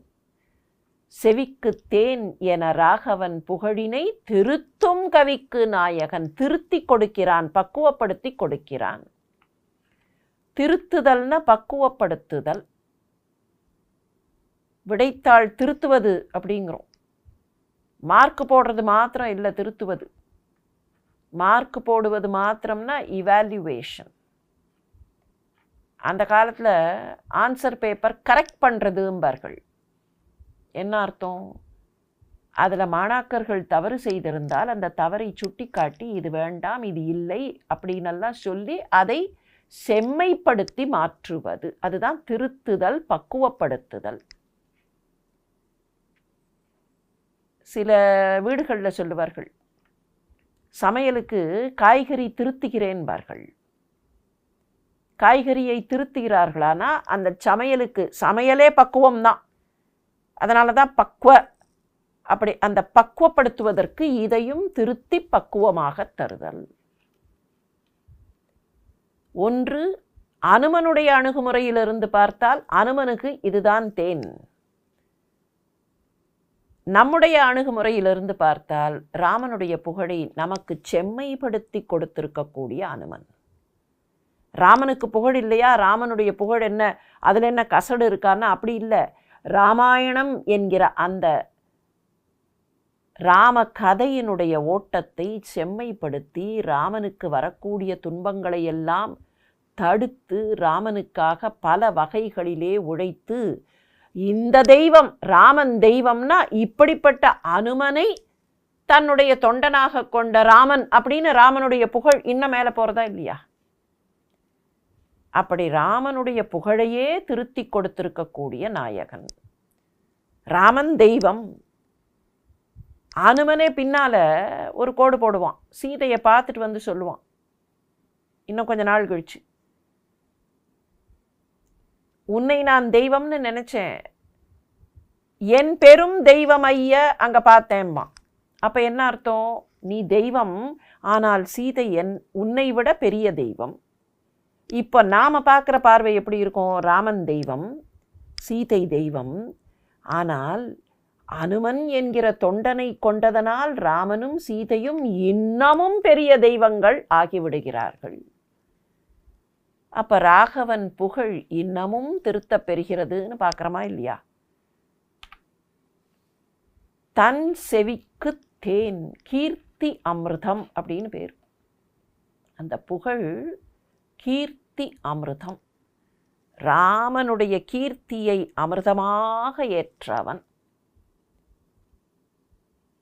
எங்கேயெல்லாம் ராமநாமம் கேட்கிறதோ அங்கேயெல்லாம் அனுமன் உண்டு இல்லையா? யத்ர யத்ர ரகுநாத கீர்த்தனம் தத்ர தத்ர கிருத மஸ்தக அஞ்சலி. மஸ்தகம்னா நெற்றியினுடைய முன்பகுதி. அந்த மஸ்தகம், தலைங்கிறதுக்கே மஸ்தகம்னு பயன்படுத்தலாம். மஸ்தகத்துக்கு மேலே அஞ்சலி ஹஸ்தம் வைத்து கொண்டு ரகுநாத கீர்த்தனம் எங்கேயெல்லாம் கேட்கிறதோ அங்கேயெல்லாம் இருப்பவன். வாஷ்பவாரி பரிபூர்ணலோச்சனன். அப்படியே பாஷ்பம் கொட்டும், கண்ணீர் தாரை தாரையாக கொட்டும். ரகுநாத கீர்த்தனத்தை கேட்டால் கண்ணீர் தாரையாக கொட்டும். யாருக்கு? மாருதிம். அந்த மாருதி யாரு?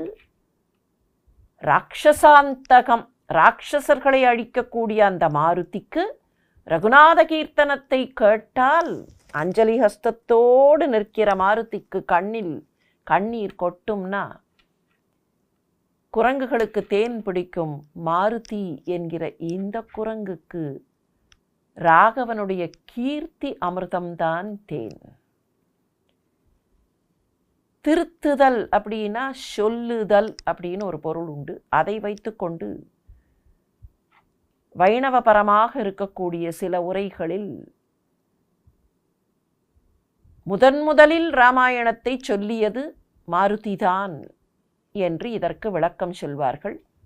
அக்ரே வாச்சயதி பிரபஞ்சனசுதே, அஞ்சனசுதே, அஞ்சனை, ஆஞ்சநேயர்னு அதனால தானே பேர். அஞ்சனையின் மகனாக இருக்கிற அஞ்சனசுதனான மாருதி அக்ரே வாச்சயதி, முதலில் ராமாயணத்தை பாடினான். எனவே ராகவன் புகழை திருத்துதல் என்றால் ராகவன் புகழை முதலில் சொன்னது மாருதி என்பதை இது குறிக்கிறது என்று விளக்கம் தருவார்கள்.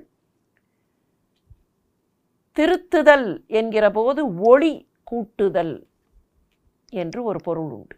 ஒளிமிக்கதாக பிரகாசமாக இருத்தல். அப்போ பிரகாசம் எப்படி? ராமாயணம் என்கிற ஒரு பெரிய மாலை, அந்த மாலையில் நடுவில் ரத்னமாக ஒளி வீசுபவன் மாருதி. ராமாயண மகாமாலா ரத்னம் வந்தே அனில ஆத்மஜம். அனிலனான காற்றினுடைய மகனாக இருக்கிற மாருதி ராமாயணம் என்கிற மாலையின் ரத்னம். செவியில் தேன், செந்தமிழ்நாடு என்னும் போதினிலே இன்ப தேன் வந்து பாயுது காதினிலே அப்படின்னார் மகாகவி. சில சமயத்தில் சில பேர் இதை கிண்டல் செய்வார்கள். தேன் நாவுக்குத்தானே, தேனின் சுவையை நாதானே அறியும், அப்போ தேனை காதில் விட்டால் எப்படி? இது என்ன ஓமை சரியாக இல்லையே, காதில் எறும்பு வரும் என்றெல்லாம் கிண்டல் பேசுவார்கள். அப்படி அல்ல. ஒரு புலனுக்கு பொருந்தக்கூடிய ஒரு சொல்லை மற்ற புலன்களுக்கும் பயன்படுத்தலாம்.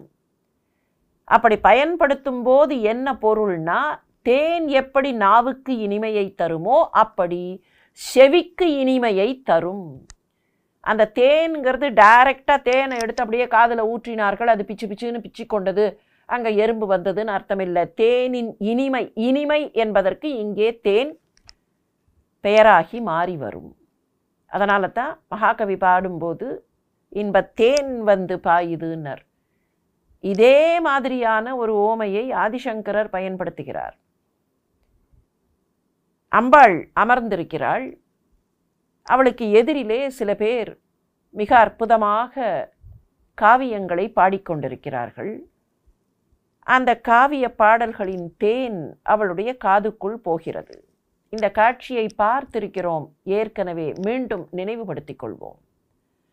அந்த தேன், அவர்களுடைய அந்த தேன், பாடல் தேன், கவிதை தேன் அவளுடைய காதுக்குள் போகிறது.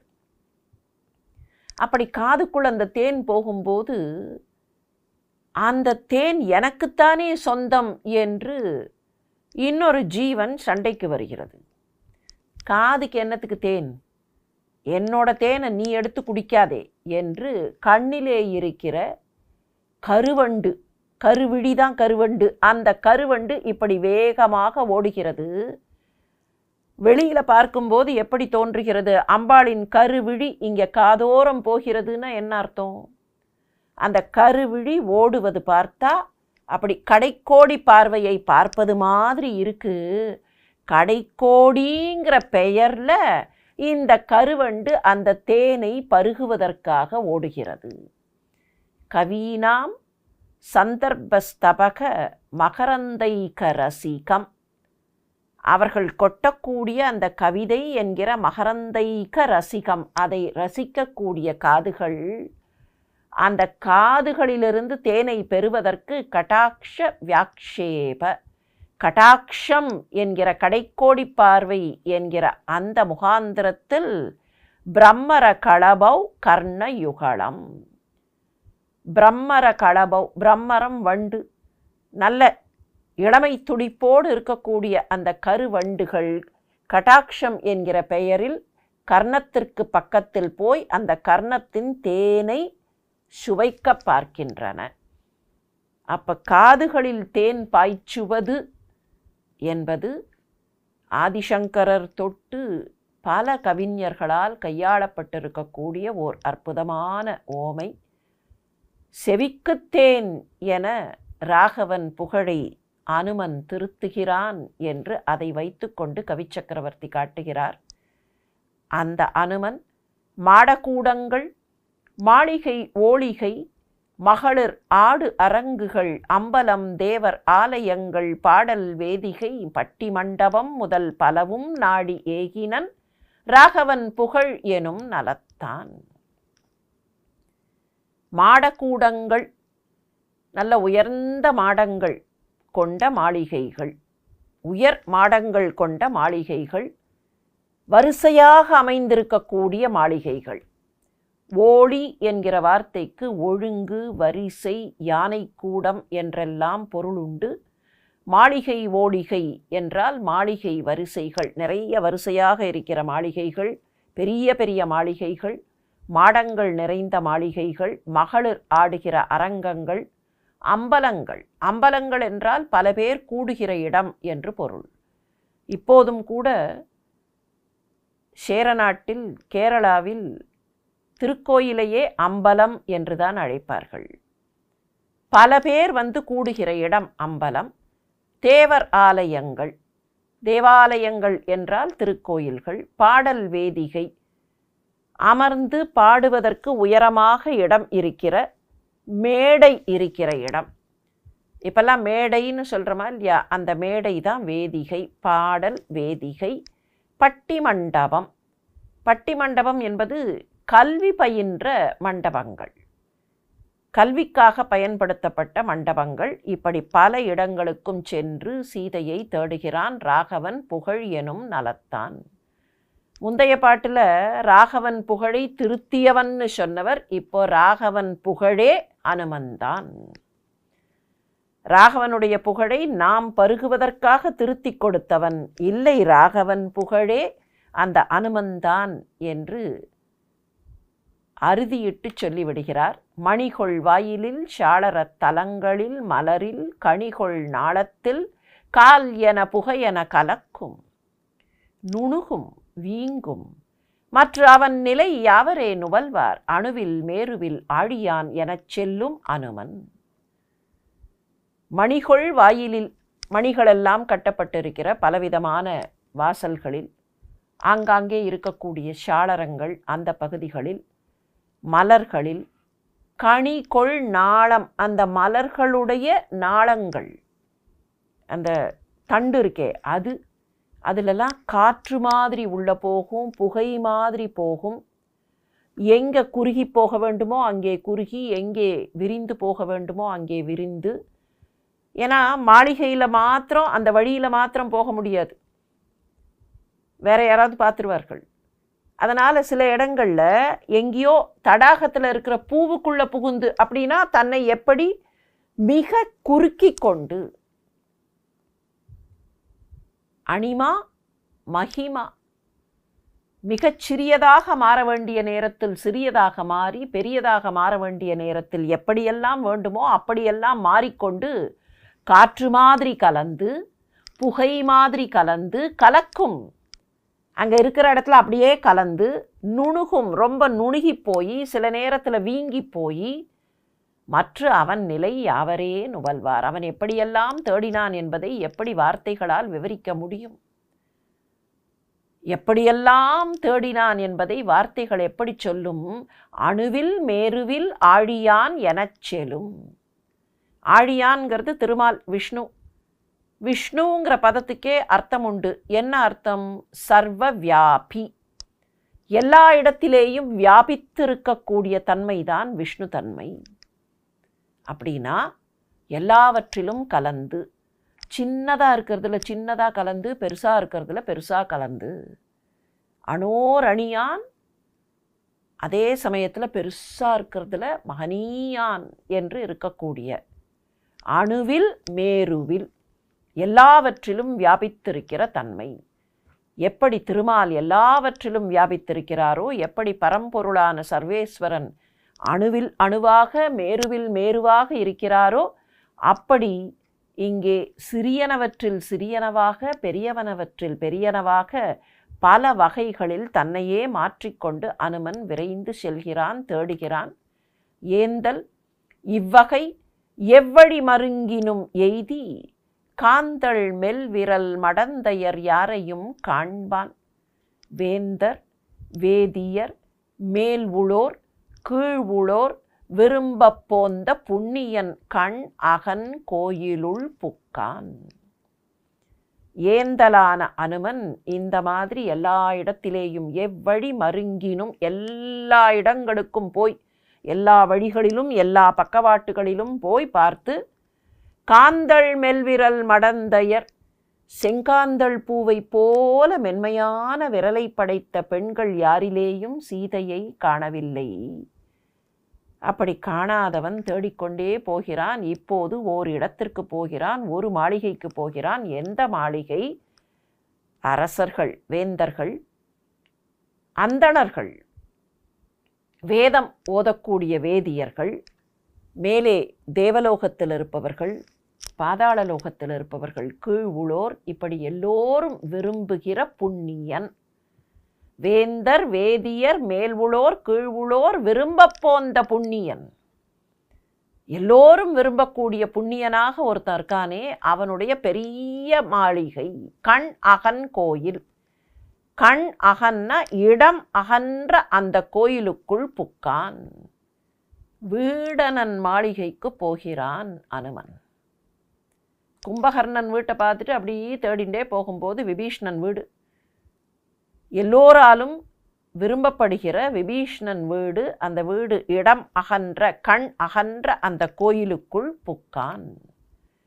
பழிக்கு வேதிகை பவளத்தின் கூடத்து பசுந்தேன் துளிக்கும் கற்பகப் பந்தரில் கருநிறத்தோர்பால் வெளித்து வைகுதல் அரிது என அவர் உருமேவி ஒளித்து வாழ்கின்ற தருமம் அன்னான் தனை உற்றான்.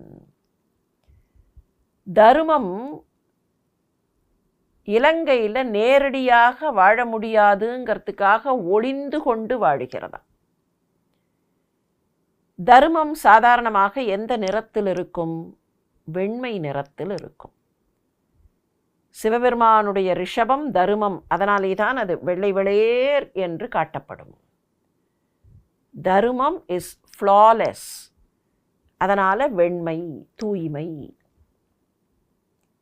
இப்போ அந்த வெள்ளை நிறத்தோட தரும தேவதை வந்து இலங்கையில் தங்கி இருந்தால், அங்கே இருக்கிற கருப்பு அரக்கர்களுக்கு நடுவில் அவளால் அந்த வெள்ளையில் இருக்க முடியாது. அதனால் தர்ம தேவதை வீடனுக்குள் புகுந்து கொண்டாள். இல்லை தர்ம தேவன்னே வச்சுப்போம், இதில் ஆண்பால் பெண்பால் இல்லை. தர்மம் தான் அப்படியே வெள்ளை கலரில் இருந்தால் தன்னை அங்கே வாழ விடமாட்டார்கள், கண்டுபிடித்து விடுவார்கள். அப்படிங்கிறதுக்காக தர்மம் என்ன பண்ணித்து, தன்னுடைய வெள்ளை கலரை மாற்றிக்கொண்டு வீடனன் என்கிற அந்த அரக்க வடிவத்தின் கருப்பு நிறத்திற்குள் தன்னை மறைத்து கொண்டது. பளிக்கு வேதிகை பவளத்தின் கூடம், நல்ல பளிங்குனால பெரிய மாடம் கட்டி அதில் பவளமெல்லாம் இழைத்து செய்யப்பட்டிருக்கிற அந்த கூடத்தில் பசும் தேன் துளிக்கும் கற்பக பந்தரில், வீடனன் மாளிகையும் ரொம்ப அழகாக இருக்குது, பளிங்கெல்லாம் இழைத்து பவளமெல்லாம் இழைத்து இருக்கிற அந்த மாளிகை, நல்ல கற்பக சோலை இருக்கிற அந்த மாளிகை, அதில் கருநிறத்தோர்பால் வெளித்து வைகுதல். அங்கே இருக்கிற அந்த கருப்பு நிற அரக்கர்களுக்கு நடுவில் வெளுப்பாக இருந்தால், வெளிரி இருந்தால், வெள்ளையாக இருந்தால் வெளித்து வைகுதல் அரிது என அவர் உருமேவி, ஒரு ராட்சச வடிவத்திலேயே, விபீஷணன் ராட்சச வடிவத்தில் தானே இருக்கான், அவன் அரக்கர் தம்பியாக தானே இருக்கான். அப்போ அவனுடைய வடிவத்திற்குள்ளேயே போய் தருமம் அங்கே ஒளித்து வாழ்கிறது. ஒளித்து வாழ்கின்ற தருமம் அண்ணான் தனை உற்றான். வீடனன் இருக்கிற இடத்தை அனுமன் பார்க்கிறான். உற்று நின்று அவன் உணர்வை தன் உணர்வினால் உணர்ந்தான். அங்கே கும்பகர்ணனை பார்க்கும்போது முதல்ல கண் பார்வை, புறத்தே தெரிகிற அந்த தோற்றம், அந்த தோற்றத்தை பார்த்துட்டு கோபம் வந்தது, ராவணன்னு நினச்சான். அதுக்கப்புறம் அறிவை பயன்படுத்தி அந்த இம்பல்ஸை அப்படியே அறிவினால் பக்குவப்படுத்தினான். இப்போ இங்கே அப்படி பார்க்குறான். பார்க்கும்போதே அந்த வைப்ரேஷன் இவனுடைய உள்ளம் உணர்கிறது. கும்பகர்ணன்ட்டேந்து அந்த வைப்ரேஷன் இல்லை, அங்கே நெகட்டிவ் வைப்ரேஷன் இருந்ததுனால தான் அந்த நெகட்டிவிட்டியை பார்த்துட்டு கோபம் வந்து அதுக்கப்புறம் தன்னுடைய அறிவினால் அதை பக்குவப்படுத்த வேண்டி இருந்தது.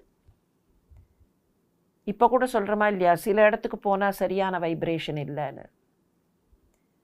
விபீஷ்ணன் வீட்டுக்கு வந்த உடனே விபீஷ்ணனுடைய பாசிட்டிவ் வைப்ரேஷன் என்ன செய்கிறது, இவனுக்கு வேற தாட்டே வரல, அவனுடைய உணர்வை இவனுடைய உணர்வினால் உணர்கிறான். ஒரே ஒரு வரிதான், அவன் உணர்வை தன் உணர்வினால் உணர்ந்தான். குற்றம் இல்லது ஓர் குணத்தினன் இவன், இவனுக்கு குற்றமில்லாத குணம் கொண்டவன், இவன்கிட்ட குற்றம் இல்லை, குற்றம் இல்லது குணத்தினன், குற்றமில்லாத குணத்தை கொண்டவன் என்று உணர்ந்து கொண்டான். செற்றம் நீங்கிய மனத்தினன், உடனேயே இவங்கிட்ட பகைமை கொள்ளக்கூடாதுன்னு மனசில் இருந்த அந்த பகைமை போயிற்று. ஏன் மனசில் பகைமைனா, அரக்கர்கள் இடத்திற்கு வருகிறோம், அப்போ அரக்கர்கள்கிட்ட சீதையை தூக்கியவர்கள் அப்படிங்கிற ஒரு பகைமை இருக்கும்.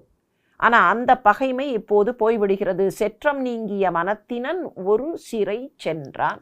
சரி, இவங்கிட்ட நல்ல குணம்தான், இங்கே சீதை இல்லை அப்படின்னு அங்கேருந்து அகன்று விட்டான்.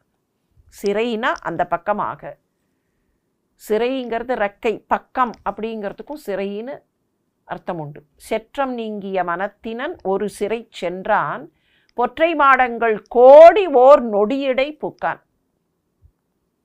கோடி மாடங்கள், ஆயிரத்திற்கும் லட்சத்திற்கும் மேற்பட்ட மாடங்கள். அந்த மாடங்களெல்லாம் அப்படி ஒரு நொடியில் எல்லாவற்றையும் தேடிக்கொண்டே போகிறான். முந்து அறம்பயர் முதலினர் முழுமதி முகத்து சிந்துரம் பயில் வாய்ச்சியர் பலரையும் தெரிந்து மந்திரம் பல கடந்து தன் மனத்தின் முன் செல்வான் இந்திரன் சிறையிருந்த வாயிலின் கடை எதிர்ந்தான். நிறைய தேவலோகத்து பெண்கள் அங்கங்கே இருக்கிறார்கள், அவர்களெல்லாம் பார்க்குறான். முழுமதி முகம், நல்ல பூரண நிலவாக இருக்கிற முகம், அதில் வாயில் செம்பஞ்சு இட்டிருக்கக்கூடியவர்கள், அந்த காலத்து லிப்ஸ்டிக். சிந்துரம் பயில் வாய்ச்சியர், சிந்துர வண்ணம் பயின்ற வாய்ச்சியர்கள், அந்த வாயை கொண்டவர்கள், அதரம் கொண்டவர்கள். அந்த அத்தலகம் என்பார்களே, அத்தலகத்தை வைத்து அந்த செம்பஞ்சு குழம்பை வைத்து வாயிலேயும் அவர்கள் செம்மை தீட்டிக்கொள்வார்கள். முழுமதி முகத்து சிந்துரம் பயில் வாய்ச்சியர் பலரையும் தெரிந்து, இப்படி அங்கே இருக்கக்கூடிய பல பெண்களையும் அப்படி தேடி, அவர்களுக்கு இடையிலே தேடி, மந்திரம் பல கடந்து, மந்திரம்னா இடம் அல்லது மாளிகை அல்லது கட்டடம், இல்லம், வீடுகள் பல கடந்து, அங்கே இருக்கக்கூடிய மாளிகைகளை எல்லாம் கடந்து தன் மனத்தின் முன் செல்வான். சாதாரணமாக எது ஃபாஸ்டஸ்ட், ரேப்பிடஸ்ட் அப்படின்னு எதை சொல்லலாம்? சூரியனுடைய ஒளிக்கதிர்கள் அவை வேகமானவையா? அப்படின்னா லைட் வேகமானதா, சவுண்டு வேகமானதா, அப்படிலாம் கணக்கு போடுறோம் இல்லையா? லைட் ட்ராவல்ஸ் ஃபாஸ்டர் அப்படின்னெல்லாம் சொல்கிறோம் இல்லையா? ஆனால் இது எல்லாத்த விட what travels faster or the fastest அப்படின்னு கேட்டால் mind travels the fastest. Mind will travel the fastest. அதிவேகமாக பாயக்கூடியது மனம், மனோவேகம். இப்போ அனுமனுக்கு சீதையை கண்டுபிடிக்கணுங்கிற அந்த பதைப்பு இருக்கும்போது இன்னும் வேகம் அதிகமாக இருக்கும் மனசுக்கு. ஆனால் அனுமன் ஃபிசிக்கலாக போகிறது எவ்வளோ வேகமாக போகிறான்னா தன் மனவேகத்தை காட்டிலும் வேகமாக. அப்படின்னா அனுமன் எவ்வளவு தேடினான்னு புரிஞ்சுக்கலாம். தன் மனத்தின் முன் செல்வான், இந்திரன் சிறையிருந்த வாயிலின் கடை எதிர்ந்தான். தேவேந்திரன் சிறையிருந்தானே ஒரு காலத்தில், அந்த வாசலுக்கு முன்னால் போய் நிற்கிறான். வாயிலின் கடைவாயில்னு சொன்னாலும் தலைவாயில்னு சொன்னாலும் பழைய இலக்கியத்தில் அர்த்தம் ஒன்று தான். தலைவாயில் அப்படின்னா முன்வாயில், கடைவாயில்னாலும் முன்வாயில் தான். இல்லை, இங்கே இதை இப்படியும் மாற்றி போடலாம். இந்திரன் சிறையிருந்த வாயிலின் கடை. வாயிலின் கடைனா வாயிலின் ஓரத்தில், அந்த வாசலுக்கு முன்னால். அனுமன் நேராக போய் நிற்க மாட்டான் இல்லையா? அந்த வாசலுக்கு பக்கத்தில், அந்த வாசலின் ஓரத்தில் நின்றான். இந்திரன் ஒரு காலத்தில் சிறை இருந்த அந்த வாசலுக்கு முன்னால் போய் நிற்கிறான். ஏந்திய தடக்கையர் பிறை எயிறு இலங்க மூதுரை பெருங்கதைகளும் பிதிர்களும் மொழிவார் ஓதில், ஆயிரம் உருவலி அரக்கர் காது வெஞ்சின களியினர் காவலை கடந்தான். அங்கே போய் அங்கே இருக்கக்கூடிய காவல்காரர்கள் அவர்களை தாண்டி அந்த பக்கமாக போகிறான். இவன் தான் தன்னுடைய உருவத்தை ரொம்ப சின்னதாக மாற்றிக்கொண்டு போகிறானே. ஏந்திய தடக்கையர். ஏதினா ஆயுதம்னு அர்த்தம். பல வகையான ஆயுதங்களை ஏந்திய கைகளை கொண்டவர்கள். பிறை எயிறு இலங்க, கோரை பற்கள் இருக்க, காது வெஞ்சின களியினர், அப்படியே கோபத்தில் இருக்கக்கூடியவர்கள், அடுத்தவர்களை காதக்கூடிய, பகைவர்களை வருத்தக்கூடிய அந்த கோபம், அந்த கோபத்திலேயே மகிழ்ச்சி கொள்பவர்கள், தங்களுடைய கோபத்திற்காக தாங்கள் மகிழக்கூடியவர்கள். சில பேர் இருப்பார்கள் ரொம்ப கோபப்பட்டு, அப்படி நாம் கோபப்பட்டது தான் பெருசு அப்படின்னு அதிலேயே ஒரு விதமான சாட்டிஸ்ஃபேக்ஷன், ஒரு விதமான கிராட்டிஃபிகேஷன், ஒரு விதமான சந்தோஷத்தில் இருக்கக்கூடியவர்கள். அப்படிப்பட்டவர்கள். காது வெஞ்சின களியினர், ஏந்திய தடக்கையர். இப்போ அவர்களுக்கு ரொம்ப பெரிய வேலை இல்லை. சண்டை போடுறதுக்கு இருந்தால் தானே வேலை அவர்களுக்கு. அவர்களுக்கு சண்டை போடுறதுக்கு இப்போ வேலை இல்லை. ஏன்னா ராவணனும் அவனுடைய வீரர்களும் சேர்ந்து எல்லாரையும் அங்கங்கே அச்சப்படுத்தி வைத்திருக்கிறார்கள். பகைவர்கள் இருந்தாலும் இங்கே வந்து சண்டை போடுறதுக்கு யாரும் இல்லை. இலங்கைக்குள்ளே நுழையிறதுக்கு யாருக்கும் தைரியம் இல்லை. அதனால் காவல்காரர்களுக்கு சண்டை போடுறதுக்கோ வந்தவர்களை மிரட்டுவதற்கோ எந்த வாய்ப்பும் இல்லை. நீங்கள் சில இடங்களில் இப்போ செக்யூரிட்டியாக ஒருத்தர் இருக்காருன்னா நிறைய பேர் அங்கே வருகிறார்கள், ஃபுட்ஃபால் அதிகமாக இருக்குன்னா அந்த செக்யூரிட்டிக்கு வேலை இருக்கும். இங்கே ஃபுட்ஃபாலே இல்லை. இலங்கையில் ஃபுட்ஃபாலே இல்லை. யாரும் வரல. யாரும் வருவதற்கு அச்சம். யாரையும் வர விட மாட்டான் ராவணன். அவன் கூப்பிட்டால் வரலாம், இல்லை என்றால் வர முடியாது. அதனால் இந்த வீரர்களுக்கு, வாயில் காத்து நிற்கக்கூடியவர்களுக்கு வேலையே இல்லை. என்ன செய்கிறார்கள்? பிறை எயிறு இலங்க மூதுரை பெருங்கதைகளும் பிதிர்களும் மொழிவார். ஏதோ பழைய காலத்து கதை. மூதுரை பெரும் கதை, முற்காலத்தில் சொல்லப்பட்ட பழைய கதைகளை எல்லாம் பேசிக்கொண்டு பிதிர்கள் வழக்கழிப்பான் கதைகள் இவற்றை உறக்கம் வராதபடி உரைப்பர். உறக்கம்ங்கிறது அங்கே வல்லினராக தான் வரணும், இடையினராக வந்திருக்கு, தவறு, மன்னிக்கவும். பிதிர்கள் வழக்கழிப்பான் கதைகள் இவற்றை உறக்கம் வராதபடி. தூங்கி போயிடுவோமோ, தூங்கிட்டா உள்ளேருந்து இந்திரஜித்தன் வந்து அடிப்பான். இல்லை ராவணனுக்கு தெரிஞ்சு போச்சுன்னா அவ்வளவுதான். காவல் காத்து நிற்கிறாய், உறங்காமல் இரு. இப்போ தூங்காமல் இருக்கணும், என்ன பண்ணுறது? நீங்கள் பார்க்கலாம், சில நேரத்தில் சில கட்டடங்களுக்கு போகும்போது அங்கே இருக்கக்கூடியவர்கள், அங்கே சில நேரத்தில் வாகன ஓட்டுநர்கள் எல்லாரும் உட்காந்து பேசி கொண்டிருப்பார்கள். அவர்களுக்கு வேறு எதுவும் அந்த நேரத்தில் பண்ணுறதுக்கு ஒன்றும் இல்லைன்னா என்ன பண்ணுவார்கள்? உட்காந்து பேசி கொண்டிருப்பார்கள். அப்போ பழைய கதை, முன்னால் கதை, பின்னால் கதை எல்லாம் வரும். அந்த மாதிரி அங்கே இருக்கக்கூடிய காவல்காரர்களுக்கு வேலை இல்லை.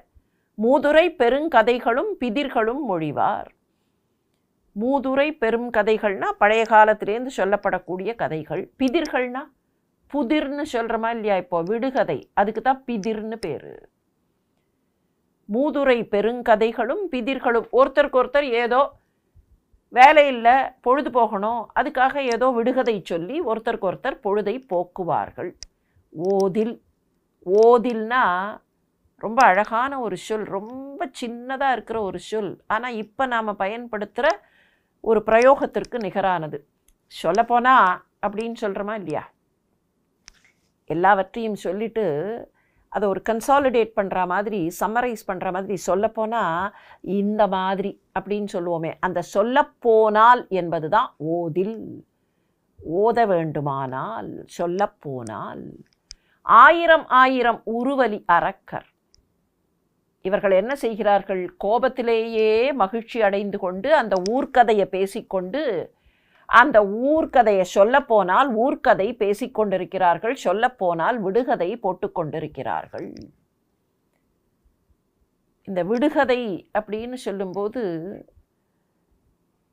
வைமுகோ அவர்கள் இந்த பாடலுக்கு உரை தரும்போது ஒன்றை சொல்லுகிறார்கள். கம்பருக்கும் ஔவையாருக்கும் ஒரு விடுகதை உரையாடல் நடந்ததாம். கம்பர் ஒரு முறை ஔவையாரிடத்தில் ஒரு காலடி நாலிலை பந்தலடி அப்படின்னாராம். அதாவது வேலை இல்லை, கிண்டல் பண்ணுறதுக்காக அடி அடி அப்படின்னு டி போட்டு பேசினாராம். ஒரு காலடி நாலிலை பந்தலடி அப்படின்னு அவர் சொல்ல, நாலிலை பந்தல். அதுக்கு ஔவையார் சொன்னார்களாம், ஆரையடா சொன்னாயடா, யாரையடா சொன்னாயடா அப்படின்னு கேட்டு, ஆரைக்கீரைன்னு ஒன்று இருக்குது, அதில் 4 இலையா, அந்த இலை கூட்டு இலை 4 இருக்கும். ஆரையடா சொன்னாயடா, நீ எதை கேட்குற, ஆரைக்கீரையா என்று ஔவையார் சொன்னது போல இது போல்வன பிதிர்கள் அப்படின்னு அதற்கு விளக்கம் தருகிறார். கம்பரும் ஔவையாரும் சந்தித்தார்களா என்பதெல்லாம் சர்ச்சைக்கு மட்டுமல்ல, சர்ச்சையே தேவையில்லாதவை. கம்பரும் ஔவையாரும் சந்தித்திருப்பதற்கு வாய்ப்பு இல்லை. ஆனால் எதற்கதை சொல்கிறார் என்றால், கம்பரும் ஔவையாரும் சந்தித்து புதிர் போட்டால் எப்படி இருக்கும்னு வேலையத்து வேலையில்லாமல் புதிர் போட்டு விடுகதை போட்டு பேசுவது போல. இந்த புதிரில் ஒன்றும் இல்லை, ஆனால் பொழுதுபோக்குக்காக. அப்படி அந்த வீட்டின் வாசலில் இருந்த காவல்காரர்கள் பேசிக்கொண்டிருந்தார்கள். அவர்களுடைய காவல் இடத்தை கடக்கிறான் அனுமன். முக்கண் நோக்கினன் முதல் மகன் அறுவகை முகமும் திக்கு நோக்கிய புயங்களும் சில கரந்தனையான் ஒக்க நோக்கியர் குழாத்திடை உறங்குகின்றானை புக்கு நோக்கினன் புகை புகா வாயிலும் புகுவான். புக கூட போக முடியாத ஒரு சின்ன துவாரம்னா அதுக்குள்ள கூட போகக்கூடிய வல்லமை கொண்ட அனுமன் புகை புகா வாயிலும் புகுவான். அங்க பார்க்கிறான். யாரை பார்க்கிறான்? அது யாருடைய வீடு? இந்திரன் சிறையிருந்த இடம் என்றாலேயே அது இந்திரஜித்தன் என்பது புரிந்துவிடும். ராவணன் தேவலோகத்தில் சண்டைக்கு போனதாகவும், அப்படி சண்டைக்கு போன போது இந்திரனை மாத்திரம் ராவணனால் வெல்ல முடியவில்லை. அந்த நேரத்தில் ராவணன் தோல்வியுற்று நிற்க, இந்திரன் வெல்லப்பட முடியாதவனாக நிற்க, ராவணனுடைய மகன் மேகநாதன், அந்த குழந்தை பிறந்து அழுதுது. சாதாரணமாக பிறந்த குழந்தை அழ வேண்டும், அழும். அப்படி அழுத அந்த குழந்தை அழுத சத்தம் எப்படி இருந்ததுன்னா வானத்தில் மேகம் கர்ஜிக்கிற மாதிரி இருந்தது. அதனால தான் அவனுக்கு மேகநாதன் அப்படின்னு பேர். அந்த மேகநாதன் அப்பாவுக்கு துணையாக இப்போது சண்டைக்கு போனவன் இந்திரனை வென்று அப்படி கட்டி இழுத்து கொண்டு வந்து சிறையில் வைத்தான் தன்னுடைய மாளிகையில். இந்திரனை சிறை மீட்பதற்காக பிரம்மா வந்தார், மன்னிப்பு கேட்டு சிறை மீட்டார். அப்படி சிறை மீட்கும்போது இந்திரனை வென்றவனே இந்திரஜித்தனே என்று அவனை அழைத்தார். அதனால தான் அவனுக்கு இந்திரஜித்தன். ஜித்துனா வெற்றி பெறுதல், வெல்லுதல். இந்திரஜித், இந்திரனை வென்றவன். அந்த இந்திரஜித் இருக்கிறான். முக்கண் நோக்கினன் முதல் மகன், 3 கண்களை கொண்ட சிவபெருமானுடைய பெருமை மிக்க மகன். இங்கே முதல் மகன்னா நாட் இன் ஆர்டர், விநாயகர் தானே முன்னால் அப்புறம்தானே முருகன் அப்படிங்கிறதுக்கு இல்லை. முதன்மை கொண்ட, பெருமை கொண்ட, புகழ் கொண்ட மகன். அந்த மகனுக்கு, முருகப்பெருமானுக்கு 6 முகங்கள் இல்லையா? 6 வகை முகமும் திக்கு நோக்கிய புயங்களும், 12 புஜங்கள். 6 முகம்னா 12 தோள்கள். சில கரந்து அணையான் ஒக்க. ஒருவேளை அந்த முருகப்பெருமான் தன்னோட 6 முகத்தில் 5 முகத்தை மறைச்சிட்டு தன்னுடைய தோள்களில் 10 தோள்களை மறைச்சிட்டு இருந்தால் எப்படி இருக்குமோ? முருகப்பெருமானுடைய அழகுக்கு நிகராக முக்கண் நோக்கினன் முதல் மகன் 6 வகை முகமும் திக்கு நோக்கிய புயங்களும் சில கரந்தனையான். கரத்தல்னா மறைத்தல். தன்னுடைய முகங்களையும் புயங்களையும் முருகப்பெருமான் கொஞ்சம் மறைத்து கொண்டால் எப்படி இருக்குமோ அப்படி நோக்கியர் குழாத்திடை உறங்குகின்றான். தன்னுடைய மாளிகையில் இருக்கிற தன்னுடைய மனைவிமார்கள் பலரும் உறங்க, அவர்களுக்கு இடையில் அதுவும் கூட எப்படி நோக்கியர் குழாம், அவர்கள் எல்லோரும் இவனையே பார்த்து உறங்கிக் கொண்டிருக்கிறார்கள். இவன் மீது வைத்த அன்பால் இவனையே பார்த்து கொண்டு உறங்கக்கூடிய அவர்களுக்கு நடுவில் நோக்கியர் குழாத்திடை உறங்குகின்றானை புக்கு நோக்கினான். அந்த மாளிகைக்குள் புக்கு அனுமன் அந்த இந்திரஜித்தனை பார்த்தான். வளையும் வாழ் எயிற்று அரக்கனோ, கணிச்சியான் மகனோ, அளையில் வாழ் அரி அணையவன் யாவனோ அறியேன். அளையில் வாழ் அரி, அளைனா பொந்து, இந்த இடத்துல குகை, குகைக்குள்ள இருக்கக்கூடிய சிங்கம் அத மாதிரி இருக்கானே. மாரி மலை முழஞ்சில் மன்னிக்கிடந்துறங்கும் சிங்கம் போல அந்த மலை குகைக்குள்ளே தூங்கிக் கொண்டிருக்கிற சிங்கம் போல தூங்கிக் கொண்டிருக்கிறானே. அளையில் வாழறி அணையவன் யாவனோ, இவன் யாருன்னு தெரியலையே. இவன் அரக்கந்தானா? வளையும் வாழ் எயிறு, அப்படியே வளைந்திருக்கக்கூடிய பளபளக்கக்கூடிய கோரைப்பல் கொண்ட அரக்கனா, இல்லை சிவபெருமான் பிள்ளை முருகனா? தெரியலையே, எனக்கு யாருன்னு தெரியலையே, அறியேன். இளைய வீரனும் ஏந்தலும் இருவரும் பல நாள் உளைய உள்ள போர் இவனோடும் உளது. இவன் யாருன்னு எனக்கு தெரியல. இவன் அரக்க வீரனா இல்லைனா சிவபெருமானுடைய பிள்ளை முருகனா தெரியல. ஏதோ அப்படியே குகைக்குள்ள சிங்கம் தூங்குற மாதிரி இருக்கான். ஆனால் ஒன்று தெரிகிறது, என்ன? இளைய வீரன் இலக்குவனும் ஏந்தலான ராமனும் 2 பேரும் இவங்கிட்ட சண்டை போட்டால் ரொம்ப நாள் சண்டை போடணும்னு தெரிகிறது. கும்பகர்ணனை பார்த்தபோது இம்பல்சிவாக இருந்தது, பக்குவப்பட்டது. வீடணனை பார்த்தபோது உணர்வு ஒன்றி பேசியது. இப்போ அந்த உணர்வோடு அனலைஸ் பண்ணுற புத்தியும் சேர்ந்து கொள்கிறது. எப்படி சேர்ந்து கொள்கிறது? இவன் பெரிய வீரன், இவன் யாருன்னு தெரியல, இவன் ராட்சசனாக இருக்கலாம், ராட்சசன்னா பகைவன். ஆனால் இங்கே ராவணன்கிட்ட இவன் இருக்கான்னா ராமனும் லக்ஷ்மணனும் வந்தபோது இவன்கிட்ட சண்டை போட வேண்டியிருக்கும். ஒன்று தெரிகிறது, அவர்கள் பெரிய வீரர்கள், இவனும் பெரிய வீரன். எனவே இவனோடு அவர்கள் சண்டை போட வேண்டும் என்றால் நிறைய நாட்கள் ஆகும். பல நாள் உடைய உள்ள போர். நிறைய நாட்கள் சண்டை போட வேண்டியிருக்கும் என்பதை ஒரு அனாலிசிஸ், எதையுமே பார்த்து வரும்போது அதுக்குள்ளே இருக்கக்கூடிய நுட்பங்களை அனலைஸ் பண்ணித்தானே வரணும்.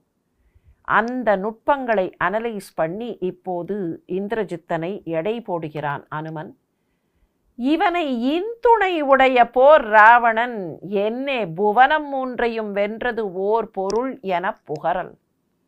சிவனை நான்முகத்து ஒருவனை திரு நெடுமால் ஆம் அவனை அல்லவர் நிகர்ப்பர் என்பதும் அறிவோ. இவன் ஒருத்தன் துணையா இருக்கான். இவன் யாருன்னு இன்னும் அனுமனுக்கு தெரியாது, இந்திரஜித்தன்னு தெரியாது. ஆனா என்ன புரிந்து கொள்கிறான்? இவன் ராவணனுக்கு துணையாக இருக்கிறான். ஏன்னா இவ்வளவு பக்கத்துல கும்பகர்ணன், விபீஷ்ணன், அங்கெல்லாம் கும்பகர்ணனையும் தம்பின்னு இன்னும் தெரியாது, விபீஷ்ணனையும் தம்பின்னு தெரியாது. யாரோ அப்படின்னு பார்த்தா கூட they are all at close quarters. அப்படின்னா ராவணனுக்கு இவன் துணைவன், யாரோ ஒரு துணை. இப்படி ஒரு துணைவன் இருந்தா 3 லோகத்தையும் ராவணன் வென்று விட்டான்னு சொல்றதுல என்ன பெரிய விஷயம் இருக்கு? புவனம் மூன்றையும் வென்றது ஓர் பொருள். இந்த 3 லோகத்தையும் ஜெயிச்சிட்டான்னு சொல்லுகிறீர்களே, அதில் என்ன பெரிய விஷயம் இருக்கு? இப்படி ஒருத்தன் இருந்தால் ஜெயிக்காம என்ன பண்ணுறது? இவ்வளோ பெரிய வீரன் இருக்கானே. இவனை இன்துணை உடைய போர் ராவணன் புவனம் மூன்றையும் வென்றது ஓர் பொருள். அதை போய் ஒரு பெரிய விஷயமா சொல்ல முடியுமா? இவன் இருந்தான்னா கண்டிப்பாக ஜெயிச்சு தான் ஆகணும். சிவனை நான்முகத்து ஒருவனை திரு நெடுமாலாம் அவனை அல்லவர் நிகர்ப்பர் என்பதும் அறிவோ.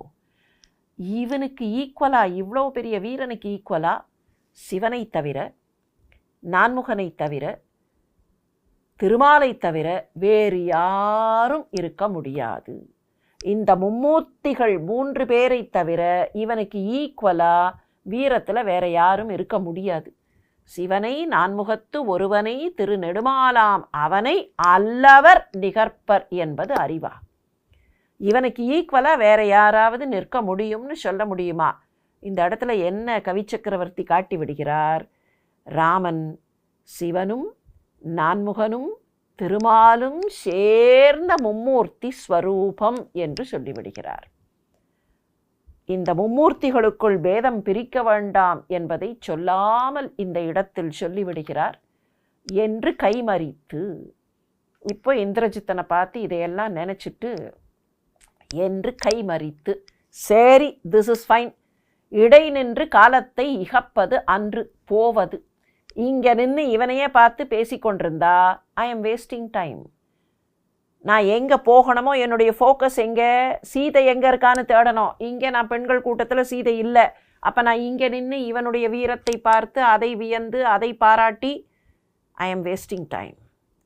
இடை நின்று காலத்தை இகப்பது, செய்ய வேண்டியதை விட்டுவிட்டு இடையிலே நின்று என்னுடைய காலத்தை நான் இங்கே பயனில்லாமல் கழிப்பது தப்பு, வேண்டாம், போக வேண்டும். இங்கே இருந்து போவது, இங்கே இருந்து போவதுதான் நான் இப்போது செய்யத்தக்கது என்று 1000 அடங்கா துன்று மாளிகை ஓடிகள் துரிசு அறத் துருவிச் சென்று தேடினன் இந்திரஜித்தனை தீர்ந்தான். போவது என்று இந்திரஜித்தனை தீர்ந்தான் 1000 மாளிகைகள் தேடி போனான். இந்திரஜித்தன் இருக்கிற அந்த இடத்தை விட்டுவிட்டு அங்கே இருந்து அகன்றவன் 1000 அடங்கா துன்று மாளிகை ஓடிகள். 1000 சொன்னா கூட அடங்காது, 1000 × 1000 சொன்னாலும் அடங்காது. அந்த அளவுக்கு எண்ணிக்கையில் அதிகமான மிக மிக நெருக்கமாக அமைந்திருந்த அந்த மாளிகை வரிசைகளில் துரிசு அற துருவி சென்று, சின்ன ஒரு இடத்த கூட விட்டுடாம அப்படி தேடி தேடி துருவி துருவி துருவி சென்று தேடுகிறான். அக்கன் மாளிகை கடந்து போய் மேல் அதிகாயந்தொக்க கோயிலும் தம்பியர் இல்லமும் துருவி தக்க மந்திரத் தலைவர் மனைகளும் தாவி புக்கு நீங்கினன் ராகவன் சரம் என புகழோன். ராகவனுடைய அம்பு எப்படி தொழாவி தொழாவி தொழாவி ஒரு இடத்த விடாம தேடுமோ, ராகவனுடைய அம்பு எதை டார்கெட்டுன்னு எடுத்துதோ அந்த டார்கெட் எங்கே இருக்கோ அப்படி தொடாவி போயிடும். அந்த ராகவனுடைய அம்பு எவ்வளவு கூர்மையானதோ அப்படிப்பட்ட கூர்மையான தன்மையை கொண்ட அனுமன், புகழ்மிக்கவனான அனுமன். புகழோன் புகழ்மிக்கவன். இப்போ ராகவன் அம்பு எப்படி போகுமோ அப்படி போகிறான். அந்த இடத்துல தான் தாடகை அவ மேலே அம்பு போடணும்னா எங்கேருந்து போனாலும் அது தேடிக்கொண்டு போகும். வாலி தேடிக்கொண்டு போயிற்று. அப்படி கூர்மையாக துல்லியமாக போகக்கூடிய அந்த ராகவனுடைய அம்பு போல அனுமன் எங்கேயெல்லாம் போனான்? அக்கன் மாளிகை. அக்ஷகுமாரன் ஒரு பையன், ராவணனுடைய இன்னொரு மகன், இந்திரஜித்தனுடைய தம்பி அக்ஷகுமாரன். அந்த அக்ஷன் மாளிகை கடந்து போய் அதுக்கப்புறம் அதிகாயன் தானியமாலினியின் மகன், அவனும் ராவணன் மகன். அந்த அதிகாயன் தொக்க கோயில் அவன் இருக்கிற அந்த மாளிகையும் தாண்டி இன்னும் பிற தம்பியர்கள், இன்னும் சில மகன்கள் ராவணனுக்கு இருந்திருக்க வேண்டும் என்று இந்த வரியிலே இருந்து தெரிகிறது. ஆனால் அவர்களுடைய பெயர்கள் எல்லாம் தெரியாது. இந்திரஜித்தன், அக்ஷகுமாரன், தானியமாலினியின் மகன் அதிகாயன், மண்டோதரியின் மக்கள் இந்திரஜித்தனும் அக்ஷகுமாரனும், இப்படித்தான் தெரியும். ஆனால் மற்ற தம்பிமார்களும் இருந்திருக்க வேண்டும் இவர்களுக்கு. தம்பியர் இல்லமும் துருவி அந்த வீடுகளையெல்லாம் தாண்டி தக்க மந்திர தலைவர் மாமனைகள், பல அமைச்சர்கள் இருக்கக்கூடிய அந்த வீடுகளுக்குள்ளேயும் புகுந்து தாவி புக்கு நீங்கினன். அங்கேயெல்லாம் தேடிக்கொண்டு அந்த மாளிகைகள் வரிசைகளில் தேடுகிறான். இங்கேயெல்லாம் சீதை இல்லை என்பதை கண்டு இடை நகர் அகழிக்கு செல்லப் போகிறான் அனுமன். இடைநகர் என்று ஓரிடம் இருக்கிறது. அந்த இடைநகருக்கு செல்லுவதற்கு முன்னால் அகழி இருக்கிறது. பெரியோர்களே, தன்னுடைய நகரத்தை ராவணன் எப்படி அமைத்திருந்தான்? சாதாரணமாகவே பெரிய நகரங்கள் அமைக்கும்போது நடுநகர், அதுக்கு சுற்றி இடைநகர், அதற்கும் சுற்றி புறநகர். இந்த புறநகரை சுற்றி அகழி இருக்கும். புறநகருக்கும் இடைநகருக்கும் நடுவில் அகழி இருக்கும். இடைநகருக்கும் அகநகருக்கும் நடுவில் அகழி இருக்கும். இப்படித்தான் பெரிய அரசர்களின் நகரங்களை அமைக்க வேண்டும் என்று வாஸ்து சில்ப சாஸ்திரங்கள் சொல்லுகின்றன. அந்த வகையிலே இந்த நகரம் இருந்ததாக கவிச்சக்கரவர்த்தி காட்ட முற்படுகிறார். இப்போது அனுமன் இடை நகருக்கு போகிற வழியில் அந்த அகழியை பார்க்கிறான். அந்த அகழியை விரைவிலேயே தாண்டி இடைநகருக்கும் அகநகருக்கும் அவன் செல்ல இருக்கிறான். என்ன இருந்தாலும் he has to evaluate, இல்லையா? அப்படி அந்த அகழியை பார்த்து அவன் தாண்டுவதற்கு, அந்த அகழியை கண்டு அது என்ன என்று புரிந்து கொள்ளுவதற்கு அனுமனை பொறுத்தவரையில் நொடிகள் கூட தேவையில்லை. ஆனால் அனுமனுடைய ஆற்றலையும் அனுமனுடைய வேகத்தையும் நாம் உணர்ந்து கொள்ளுவதற்கு நமக்கு ஒரு வார காலமாவது தேவை. எனவே ஒரு வார காலம் அனுமன் எப்படியெல்லாம் தேடப்போகிறான் என்பதை தொடர்ந்து சிந்தித்திருப்போம். அதுவரை நன்றி, வணக்கம்.